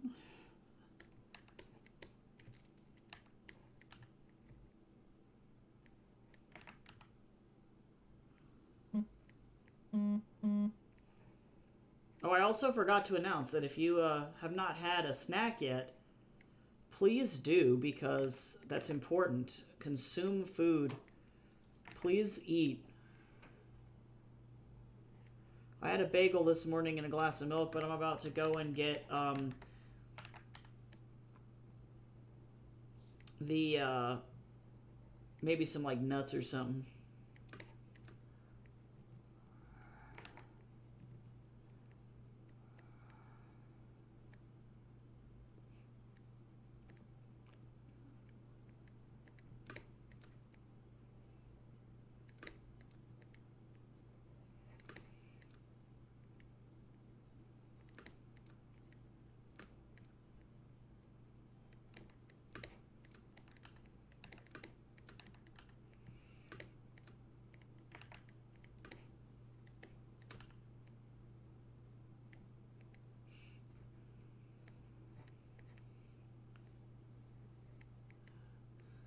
I have so many questions about this particular part of the movie, though. I'm gonna have to go back and watch K-pop Demon Hunters again, because I have a lot of questions about like how the regular audience doesn't notice that, like, I don't know, Rumi is like doing fucking disco laser magic. Because like I feel like the Hanmoon is supposed to be kind of like a secret thing. And she, during this, and all three of the girls, actually, during this part of the film are, like, just, like, flying around and shit. I think they're hypnotized. Oh, yeah, you know, that would make sense. But I feel like there was, like, a suspension of disbelief thing that happened there. And I'm like, it's beautiful, but, like, also, I need them to, like, are they good? You know, like, are they okay? Because, yeah, definitely hypnotized by the Saja boys. Like, I'm sure that, like, when they're doing their freaky shit, that makes sense. That makes sense. But, like, I would love to be the guy that, like, after that was like, yo, guys, did Huntrix just fucking shoot lasers at this big fucking flaming wall demon thing? And everyone's like, bro, like, Hyunjin, you're on crack. And he's like, what do you mean? Like, did the Saja boys just die? Technically, according to the creator, actually, Jinu is actually absorbed back into Rumi. He's actually not dead, so to speak. Because just like he was trying to steal the souls of everybody else, he effectively sacrifices his own soul to strengthen the Hanmoon, like right at the very end, which I think is quite beautiful. The other Saja boys, I'm pretty sure, got absolutely fucking laser roasted. I don't know about them. I couldn't tell you. But he has at least a beautiful death. I like that a lot. But I'm pretty sure the other ones just explode.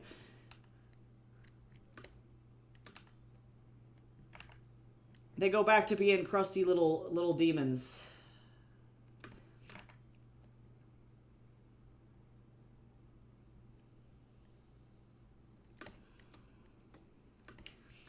That's like a common problem for Sean in this comic too, is she's like, you know, do I just like explode them, or is there a way that we can save them? Yeah, I went to the Saja Boys concert. I'm pretty sure they're dead. I like watched them explode. Like, it's pretty fucking crazy, actually. It's pretty fucking nuts. It was like fucking crazy. Yeah. It's like a shame. But, you know, I got this, like, cool Saja Boys merch. I have this, like, Saja Boys microphone. I'm pretty sure it's gonna sell for, like, fucking $100,000 on the international market now because, like, it's, like, pretty crazy.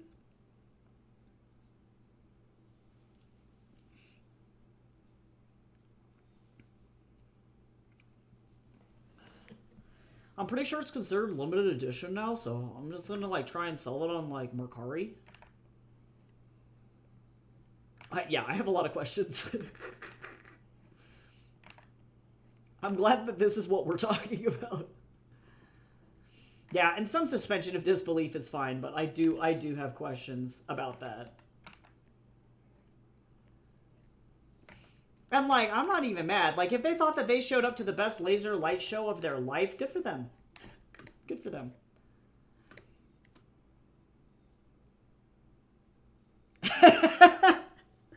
I'm like, yeah, can you fucking imagine? Oh my god. Literally, Battle of the Bands took on a whole new meaning. Holy shit.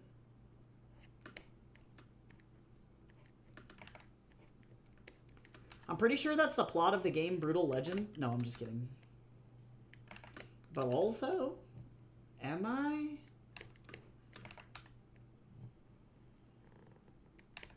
Am I joking or am I for cereal? There was that one Grim Adventures of Billy and Mandy episode that was kind of like that. Billy's dad has this like black metal persona named Mogarth. I think about that a lot. That's so funny. Wow. I'm going to be thinking about that all day.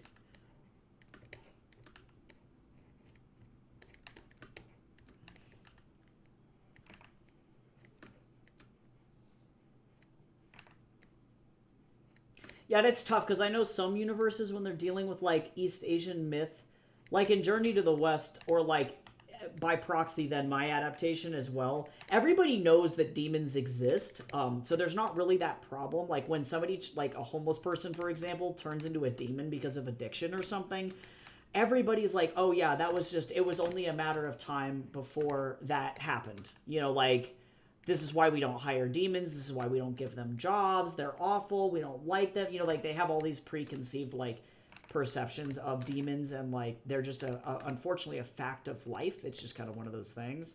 But like it is funny to like in the Hundrix verse, it's like, no, we have to protect the Hamun, and like people can't know that these things exist, and then they literally put on the disco light show of a lifetime. They're like, this is fine. It's like, is it? Guys, is it? Is it?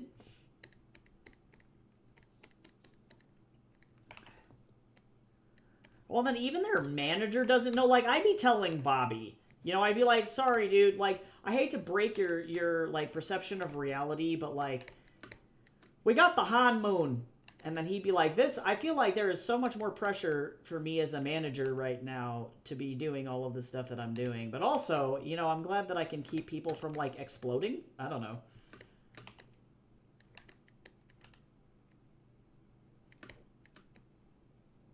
Yay, Bobby! Bobby's my favorite character from K-pop Demon Hunters. It's either him or the damn bird.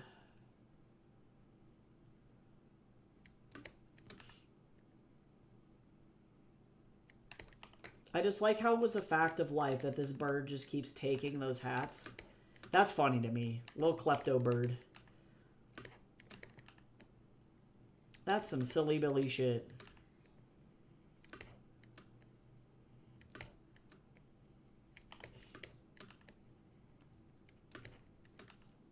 There was somebody wearing a cosplay of that, but they gave him a little power suit, and it was great. It was brilliant. What is the name of that character? The tiger's canon name is Derpy, and that's funny to me. The bird's canon name is, oh, Sussy. Because she's sus. That's funny. And she's also canonically a girl.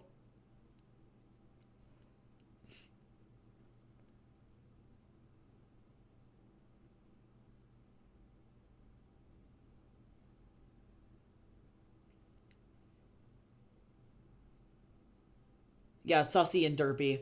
That's fucking funny. How to make this Piccolo also a sword.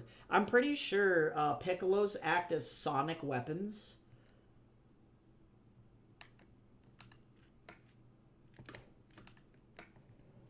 I shouldn't say I have. My mom has a cat that hates music, just all in all. She's just like, I don't know, she's just violent and doesn't like music. And long story short, she will literally cut you. If you're singing and playing an instrument, it doesn't matter. She will, like, people on the stream can attest. She bit me in the jugular while I was streaming one time because I was singing along with music and she did not like this and she bit me in the throat. It was very violent. But my mom plays the flute professionally and she sometimes plays the piccolo. And long story short, the cat bit her directly in the leg one time for playing the piccolo. And I think about that a lot.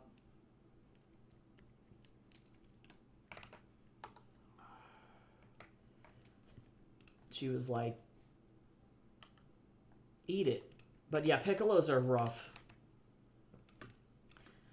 I also think about that one character from that one Beauty and the Beast movie that they made that was like the Christmas special one. I think the character's name was Fife.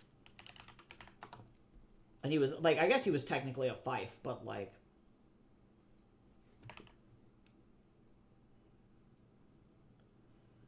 I have to move him down more than I think, because I need room for the speech bubble. This is like the coolest music track from this entire game. It's so amazing. This guy's like a professional pipa player from China, and they got him to do this whole track. It's like, it's so cool. At least I think it's a pipa.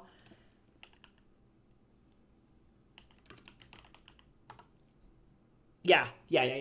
That's what this is, yeah.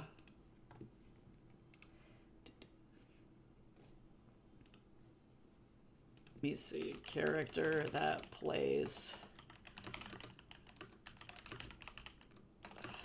I might be wrong. It might be a different string instrument.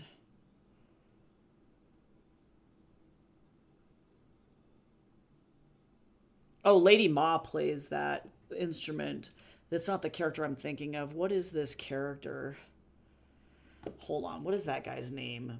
Headless character, black. What's his name? Oh, yeah, no, he plays a different instrument. His name is the Headless Monk. Ling Ji. He's a bodhisattva. Oh, he plays the sanxian. So that's this instrument. Yeah, sanxian. It's very similar to the shamisen. It's fucking neat. I also play the flute. And I have a piccolo, but I can't play it in an apartment complex. Yeah, that's how you literally get evicted. I'm not even joking. Like, no joke. Yeah, my mom plays the C flute, the alto, contrabass, and piccolo. She doesn't own a contrabass, but they let her borrow it for like certain, like when she plays with ensembles and stuff.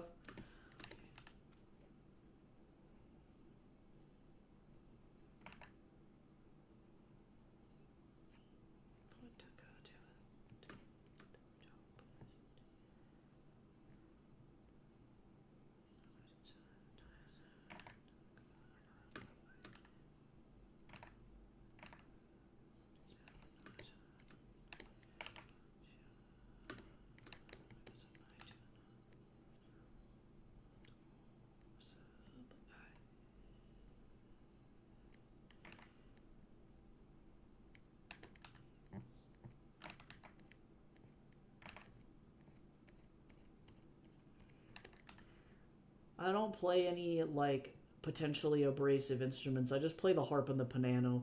And my piano is like a Yamaha, like, electric grand, so I can use headphones with it. But, like, I'm pretty sure if somebody, like, heard me playing the harp, they wouldn't be fucking upset. The flute's fucking hard. We don't talk about it. It's, like, it's actually kind of insane.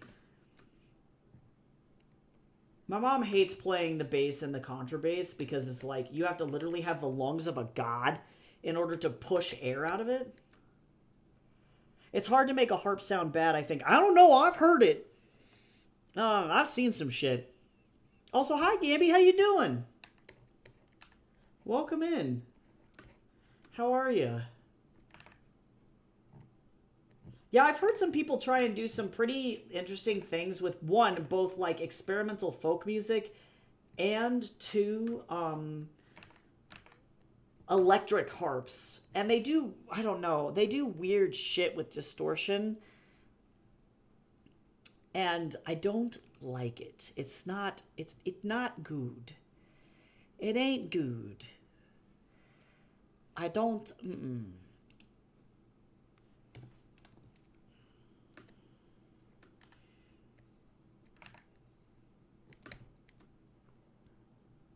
Would not recommend for anybody there.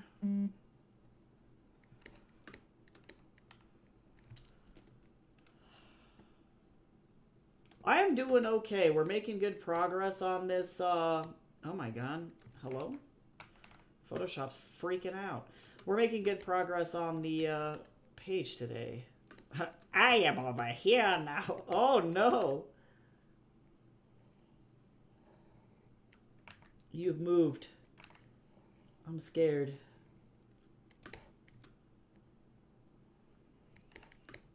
Oh my god. Hydrate. Make sure you drink water, folks. Don't, or like some kind of beverage. Don't be dying. We need you to live. Yeah, I'm doing pretty good. I did a convention last weekend, not doing a convention this weekend, and then I'm doing a convention the weekend after that, so that should be kind of interesting.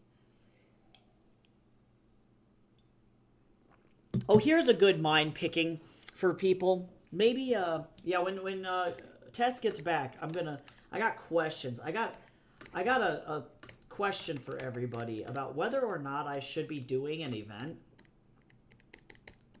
Because I have feelings about it, and I want to be able to do it, and I didn't have all of the information about it when I applied for it.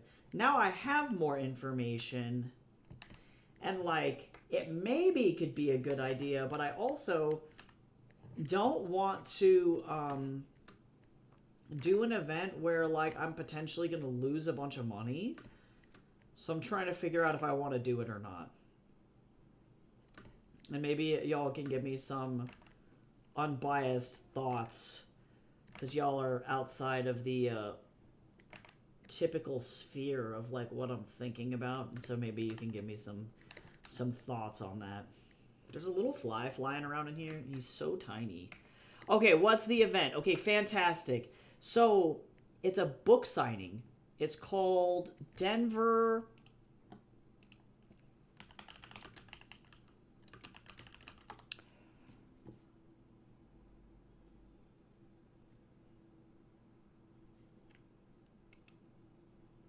Book Bliss, this one.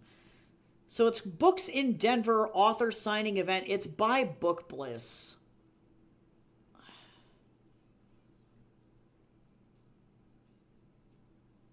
And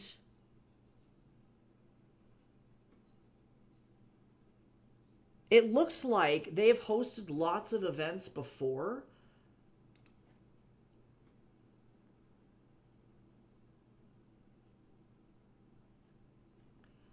And that's fine. So it seems like a lot of people are going to show up. But I'm seeing like here, like a lot of people, this was my question that I had yesterday. Like this person was like, is this a real invoice? Because I got the same.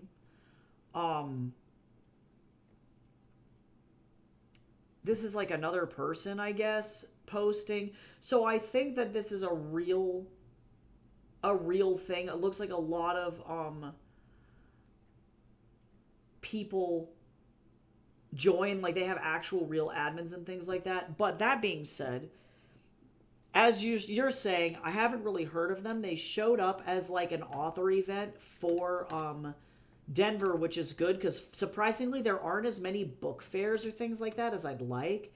But the problem is that normally I pay like 135-ish, give or take, for a booth at a convention. So that's about 45-ish bucks per day, give or take, at a convention. And this event, they want $210 for one day.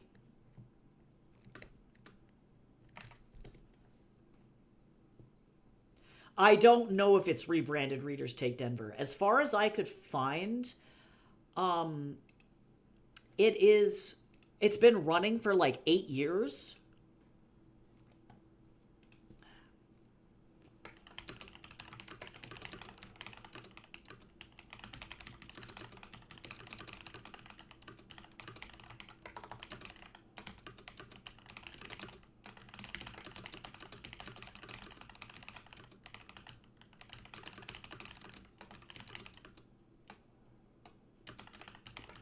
I'm going to just post into the group and see if they have any idea what the event is. But yeah, I don't know. Like, that's my problem, is like, I don't know. And so I don't want to risk, because $210 for just one day is insane. That's a lot of money. And so I don't know if I want to risk it on just that. You know what I'm saying? And so I'm like, I don't know. I don't know. And then I emailed the person who's supposed to be putting it together to see what the vibe is, or like what the expected attendance is. Because it seems like at least the authors that are in this group have done this event before. But if they don't have an expected attendance, or if like the attendance is like 800 people, I'm like, bro, no way in hell. Like, I'm selling 5 books and that's not going to happen. Yeah, I'm going to see. I'm going to poke around in their Facebook group. That's a good idea. I didn't realize that they had a Facebook group. I'm going to poke around in there and see what these folks have to say about all of this. But yeah, it's like, I don't know. Like, I don't know.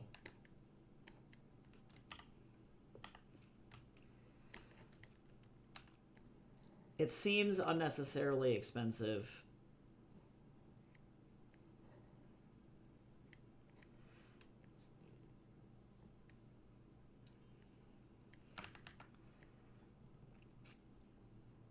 And then, if not, then I'm going to go and do other shit, effectively. Probably going to do Wicked West this year, I think. I put that one down for a couple of years, because, like, the last time I went... It's actually where I met Q. It was fucking bad, though. Vendors were buying from each other out of pity. It was not good. Holy shit. It was real bad. Holy moly. But apparently it's like lived enough to die another day, so I'm going to go and try that again, and we're going to see kind of how that works. Could be good, could be bad. We're going to find out. But Wicked West is not so much of a fucking loss that, like, that would hurt me. That's another one of those, like, nice $100, you know, tables. It's not bad at all.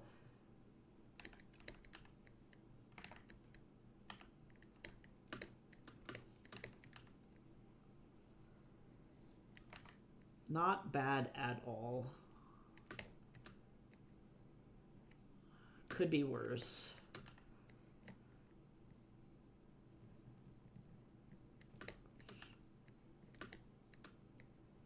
But I'm scared of 200. Like, that's 200 for one day.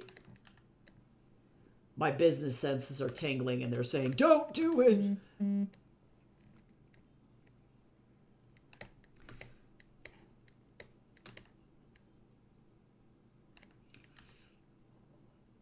Yeah, definitely. Feel free to ask which ones I frequent and stuff, because some of them have just been total duds. Like, I know I'll tell people, like, I'm going to try Denver Fan Expo again this year, but, like, if you don't have the money for that, like, don't do it. My general advice is always, like, just look at conventions whose tables are, like, $150 or less, give or take, before you commit to anything, so that way you can kind of get the ball rolling, get your momentum and stuff, because anything more than that ain't worth it.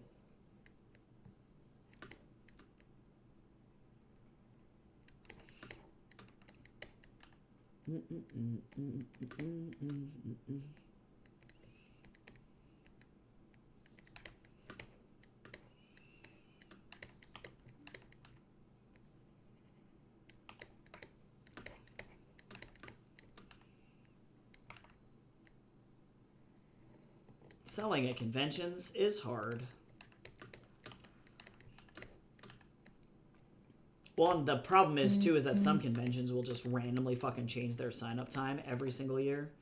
So you have to just kind of keep going back to their websites and refreshing them over and over until you, like, get them.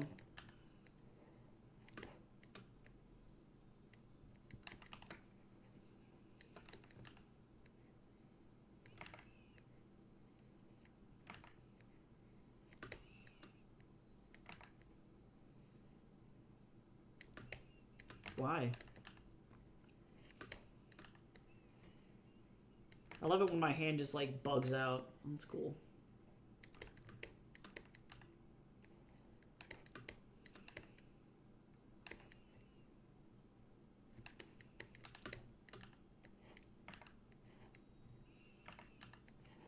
Sure. He's like, I'm gonna jump out of this bush and punch somebody directly in the throat. You want to know what I realized? Wukong has the same energy as Marcus, the VR chat worm. It's the same character.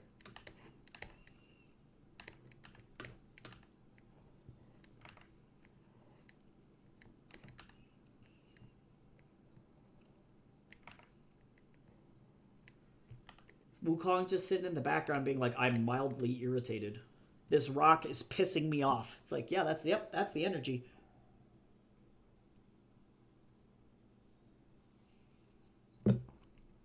Spider beat the shit out of you. Like, that's it.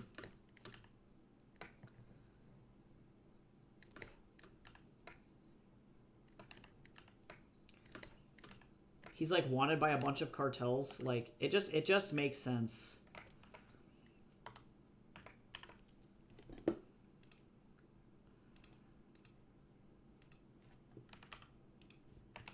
They are the same.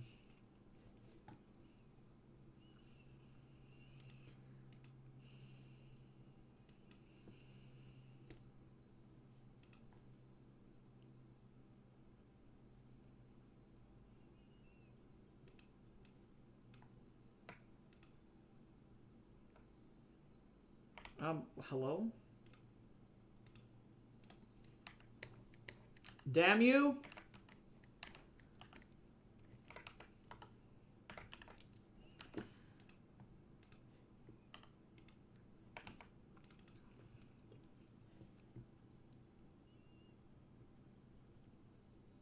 I don't want to grade my students' work. I feel bad because I realized I was like super excited to get this teaching job, and now I'm just burnt out as fuck.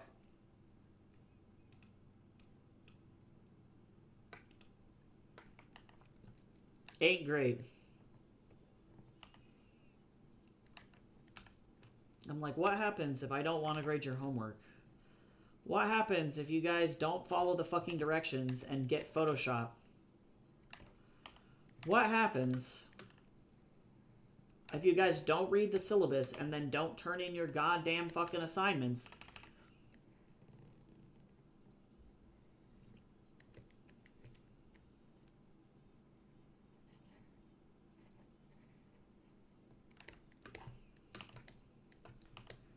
This is a you problem, not a me problem.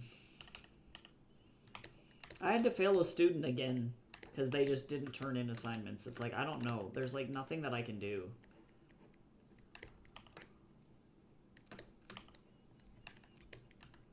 I haven't had an AI student in a couple semesters though, so at least there's that.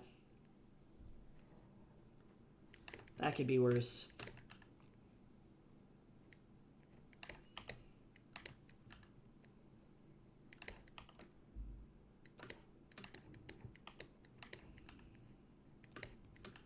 Although I probably shouldn't jinx myself. It's just tough when you're like working with students. Like there's like one student in my digital painting class this semester, and they are very clearly way above the requirement for like being good for this class, like above and beyond. Like I probably don't have anything to teach them. It's just a matter of practice, you know? Because they're like, their work is studio quality. It's like ready to go. So I'm like, what am I supposed to do here? You know, it's like, now you guys just get to suffer, I guess. Like, sit through this class and just get it for credits. Like, that sucks.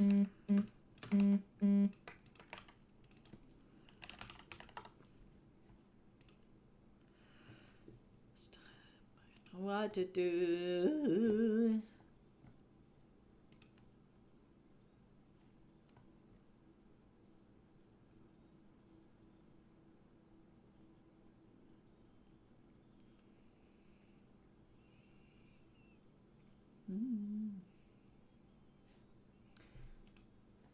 All right, let's see.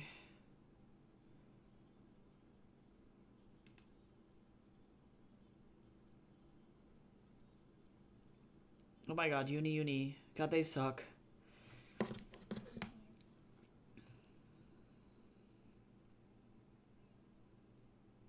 Okay, so let me see here. All right, I'm gonna need the house.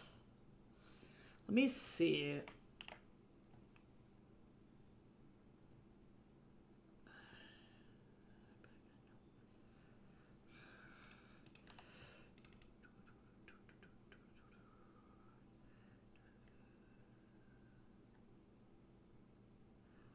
Oh, this is like outside. This is like the gate.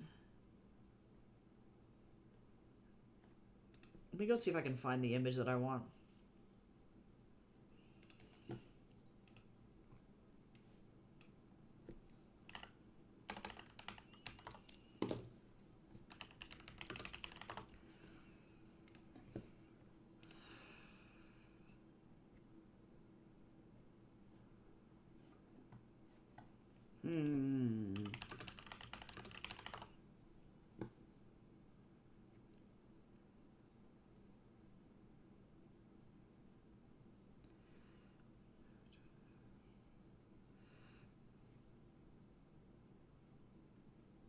Not quite. This probably would be a better search here. This is pretty. This looks like this is in Greece or like Italy. It's really pretty. I'm feeling nostalgic. That's definitely, it feels like in Greece. Is this Greece? It's Santorini. I knew it. I fucking probably looked at this thing. Crazy. Such a distinct, beautiful. This too. That's Santorini guaranteed.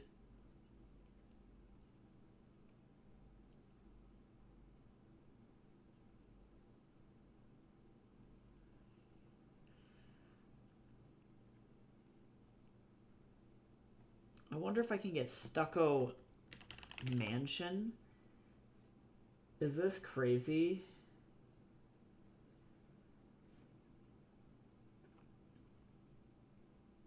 Oh, this ain't bad.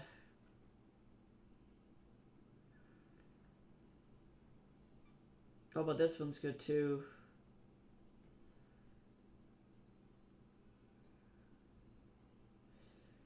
But I don't like how short it is. Oh, this is pretty good. Okay, so let's go like this. I'm gonna make a new one.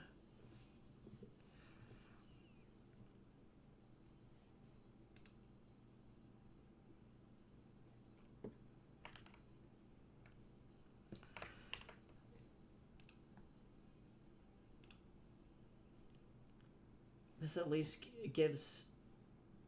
Oh my god, that's pretty rough.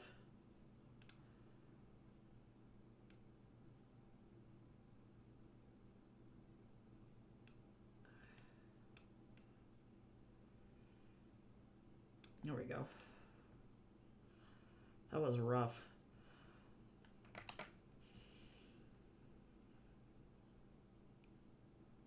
Because at least I can kind of... I'm going to kind of hodgepodge a lot of these things together.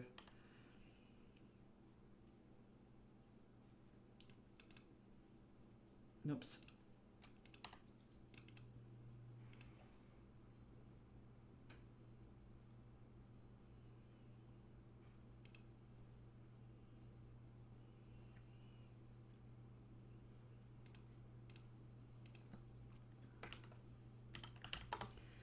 Okay, so there's the lawn.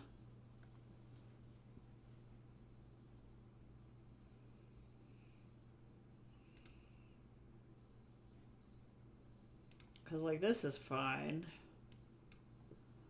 Let me throw this in here.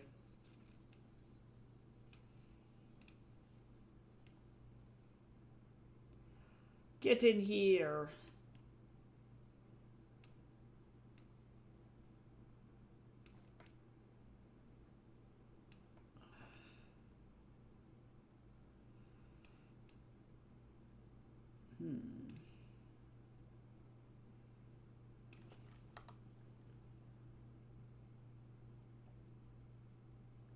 Sure, why not?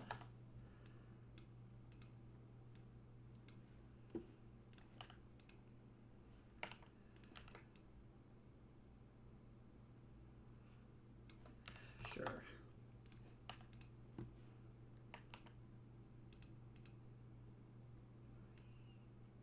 Oh, whoops, that actually goes in here.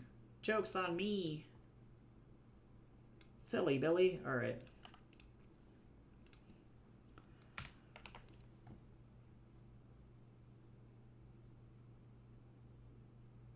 And these guys just like walk around. And then I'm thinking I'm going to probably reuse this and this for panel 3.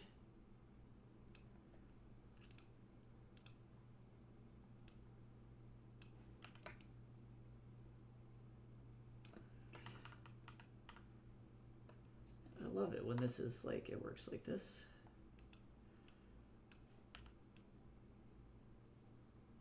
I'm gonna actually need both bushes.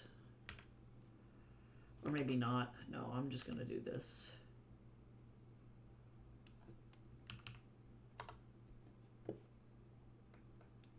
Yeah, great. Wonderful.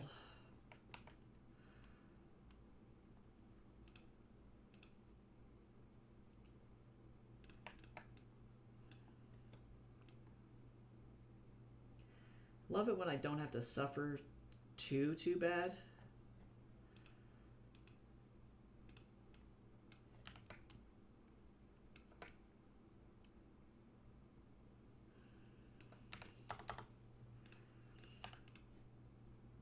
Not super bad anyway.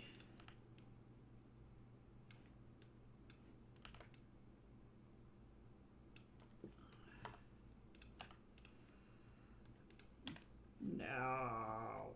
Boop. Oh yeah, I didn't delete this bush out of here. That's silly. Look at that bush. That's a whole bush.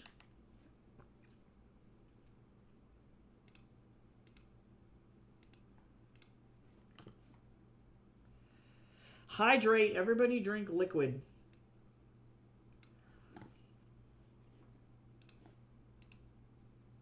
Oh, we got a self-care combo. I was shrimping really bad. We got a whole combo. Everybody sit up. Stretch. Don't be a weenie. Don't do it. What kind of tea are you drinking, Tess? What you doing? Are you drinking the good stuff?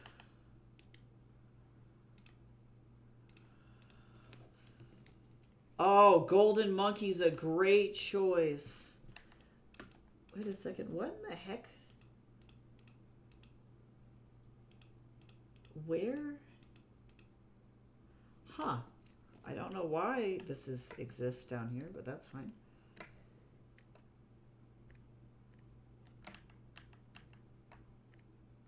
Huh.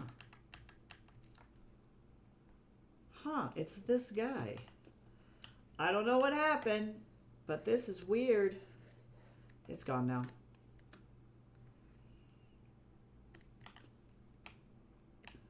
I'm going to do some nice, like, blur back there. I bought the biggest bag I could from Adagio, and I think I've gone through half of it in 6 months. It's fucking good. I think the Wukong tea has Golden Monkey in it. It's either that or the Terran tea has Golden Monkey. Let me see.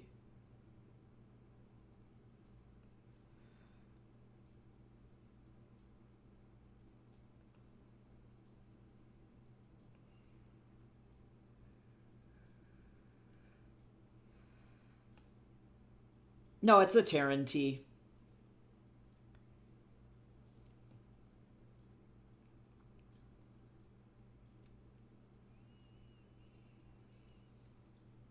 It would make sense. It would make sense.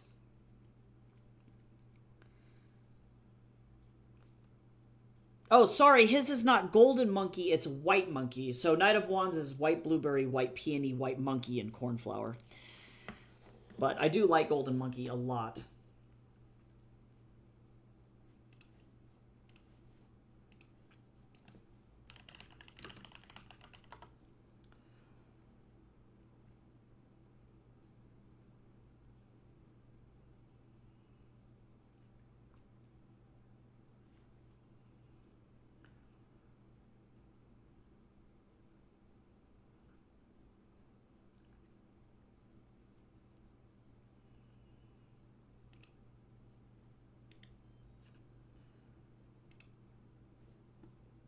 Now.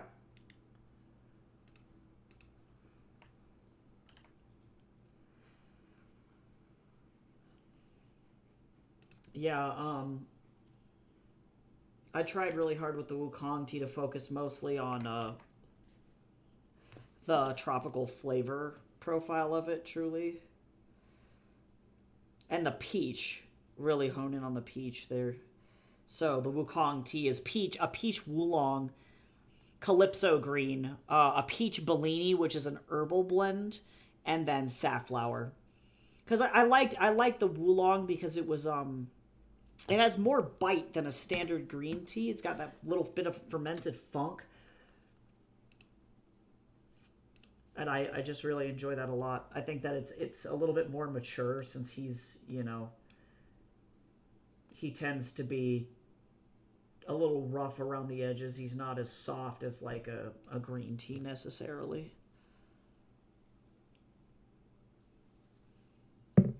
I am done with my first cup of tea.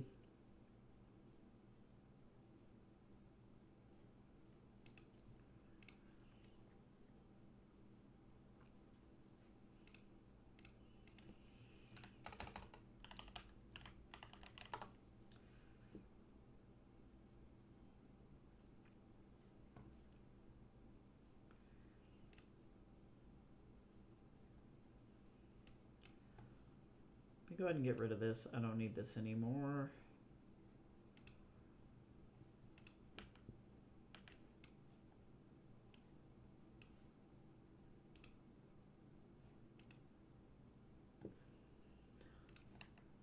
Also, too, I don't know what happened with this.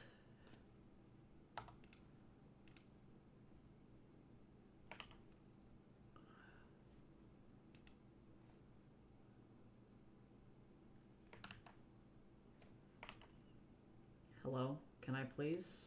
Oh my god. Photoshop, come on now.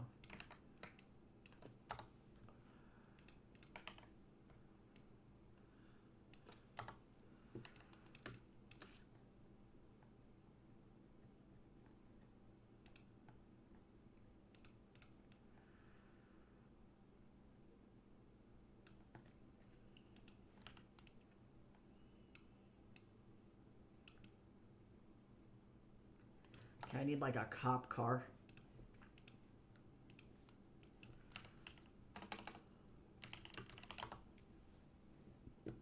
Got a taste for blood.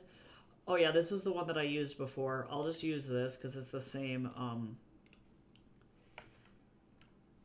same vehicle. Hello.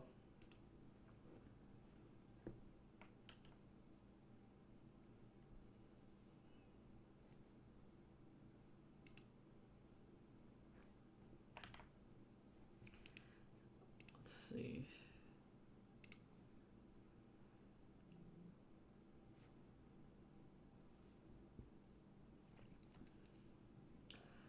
This was a nice try.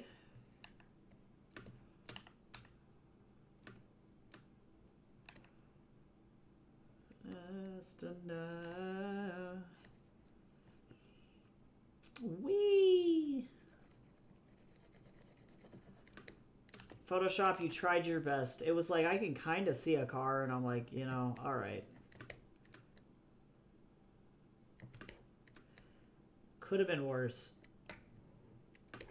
Could have been worse. Godspeed.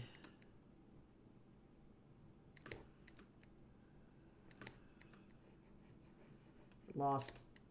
That's, you know, that's, it is. That's just all I have to say. Dude, it's got a taste for blood.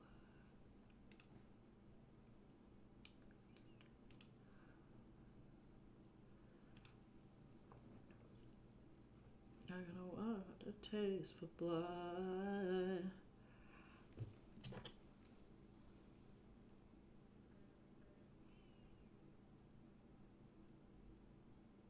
Oh my god, Jeremy, leave me the fuck alone.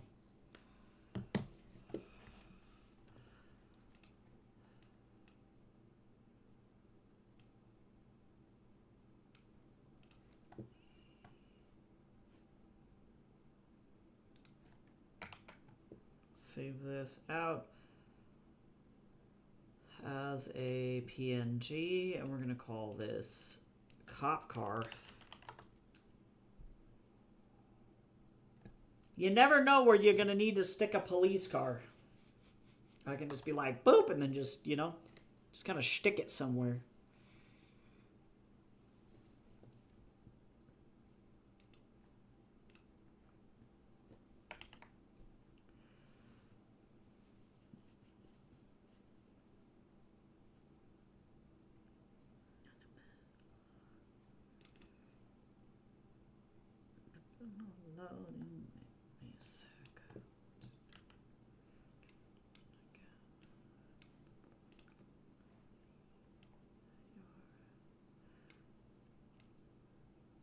Okay, let me make sure that this is the right size.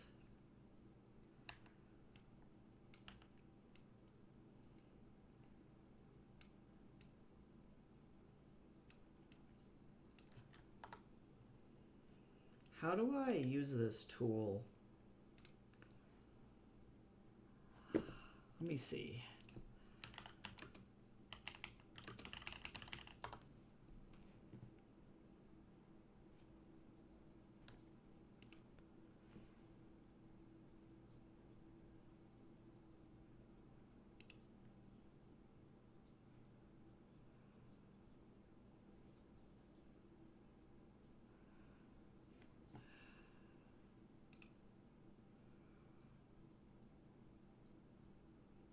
Oh my god, there's a sky replacement feature.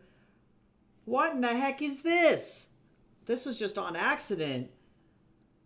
Oh my god. Okay, I'll look at that later. That's a different thing.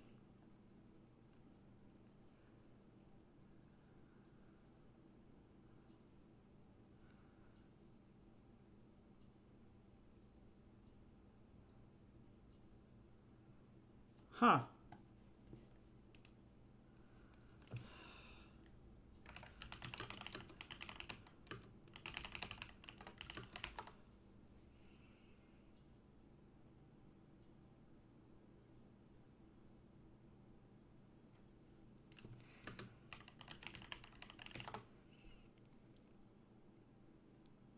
Okay.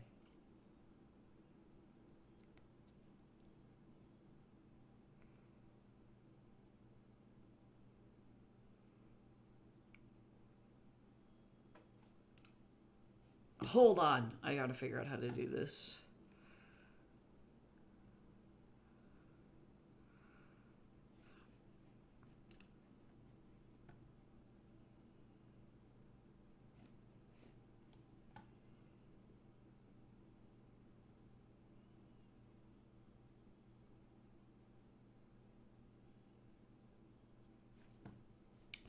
I see.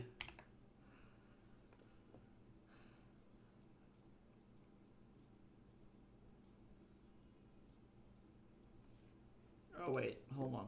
Layer. Let me see if I can do it from here. Layer.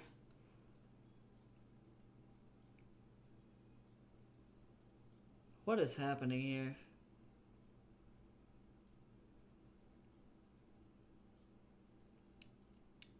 Okay, that's not working. I don't know what's going on. All right, let me go find this thing. I'm having a panic attack. No, I'm just kidding. I joke. I'm gonna have to do this way.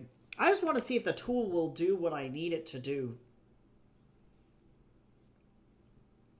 Because this is great if it works. If it does what I need it to do. Throw this in here. Get out of here, cop car. Nobody likes you.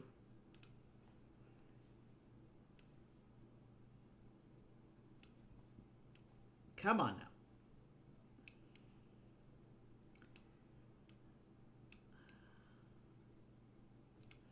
Cop car.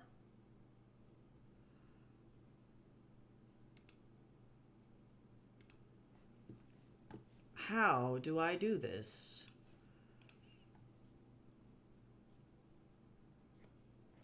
Do I have like a video tutorial on this?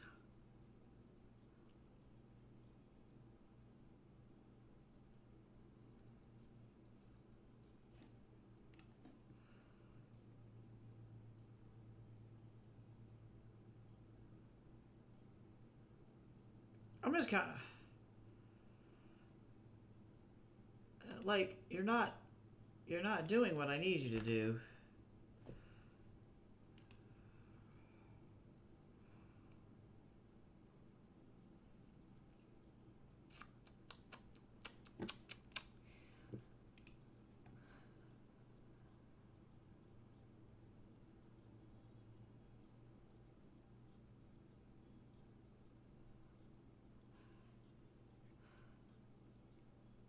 Okay, this is annoying. Why? Why?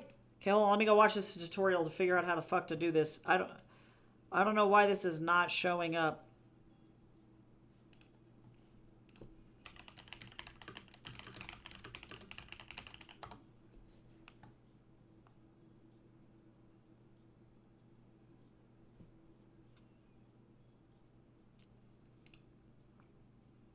Why?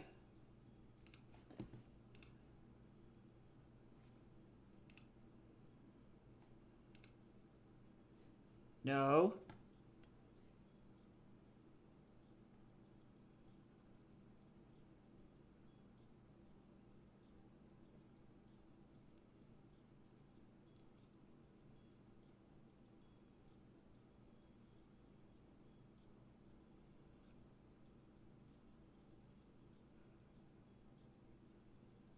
Maybe I just need to update Photoshop.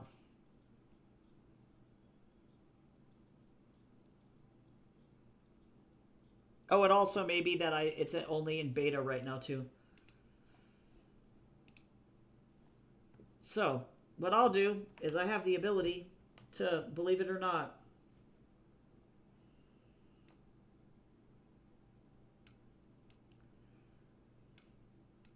do this magic stuff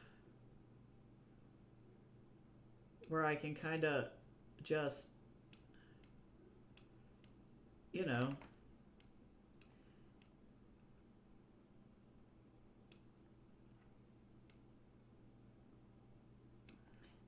tweak shit using the power of my eyeball. Does it take a little bit longer? Yes, but can I do it? Also yes. Believe it or not, I have the power to do that.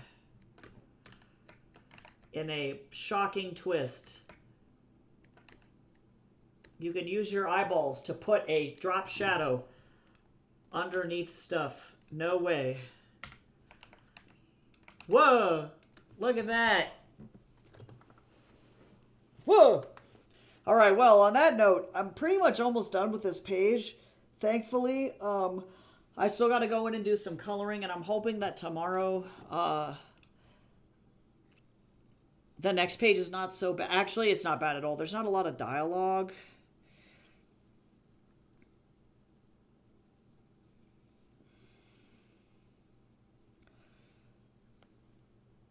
So that's good. And I think it'll be actually kind of quick to get through the entire page tomorrow. So that's kind of the fingers crossed hope here, is that it won't be so bad and I can at least make a good chunk in progress on page 241 tomorrow as well. So we're going to come back tomorrow. We're going to finish this page. And then we're going to start on page 241. So thank you again to everybody who hung out. And then, you know, again, I would like to say a massive thank you to everybody who backed the Kickstarter. It's still got 24 hours left, so if you want to share it with some other people, that would be dope. It's $200 away from reaching its final stretch goal, which is very cool. If we make it, awesome. If we don't, that is okay, and y'all just get to miss out on me drawing Tiger in a sexy thirst trap pose, so I have maybe dodged a bullet on that one. Who knows? So that being said, I really do appreciate it a lot. Comics are hard to sell, especially comics that are the second volume. Really hard. So knowing that, the fact that it has like almost 25 backers on it, with me having such a small audience, is huge. And it didn't hit like projects we love, things like that. because that effectively it gets into that zone when it gets backed very quickly or it goes over very, very quickly. So the fact that I didn't have that additional marketing and still got 25 backers is very cool, and I really do appreciate that a lot. I also wanted to say thank you to everybody who follows me on TikTok, of course, and on YouTube. On TikTok, we're finally to 1,000 followers, which will make marketing way easier. Way easier. But yeah, so I hope everybody has a really good day, and I'll see everybody tomorrow. Yeah, be sure to hydrate throughout the day, take breaks, and I will see you soon. Bye-bye.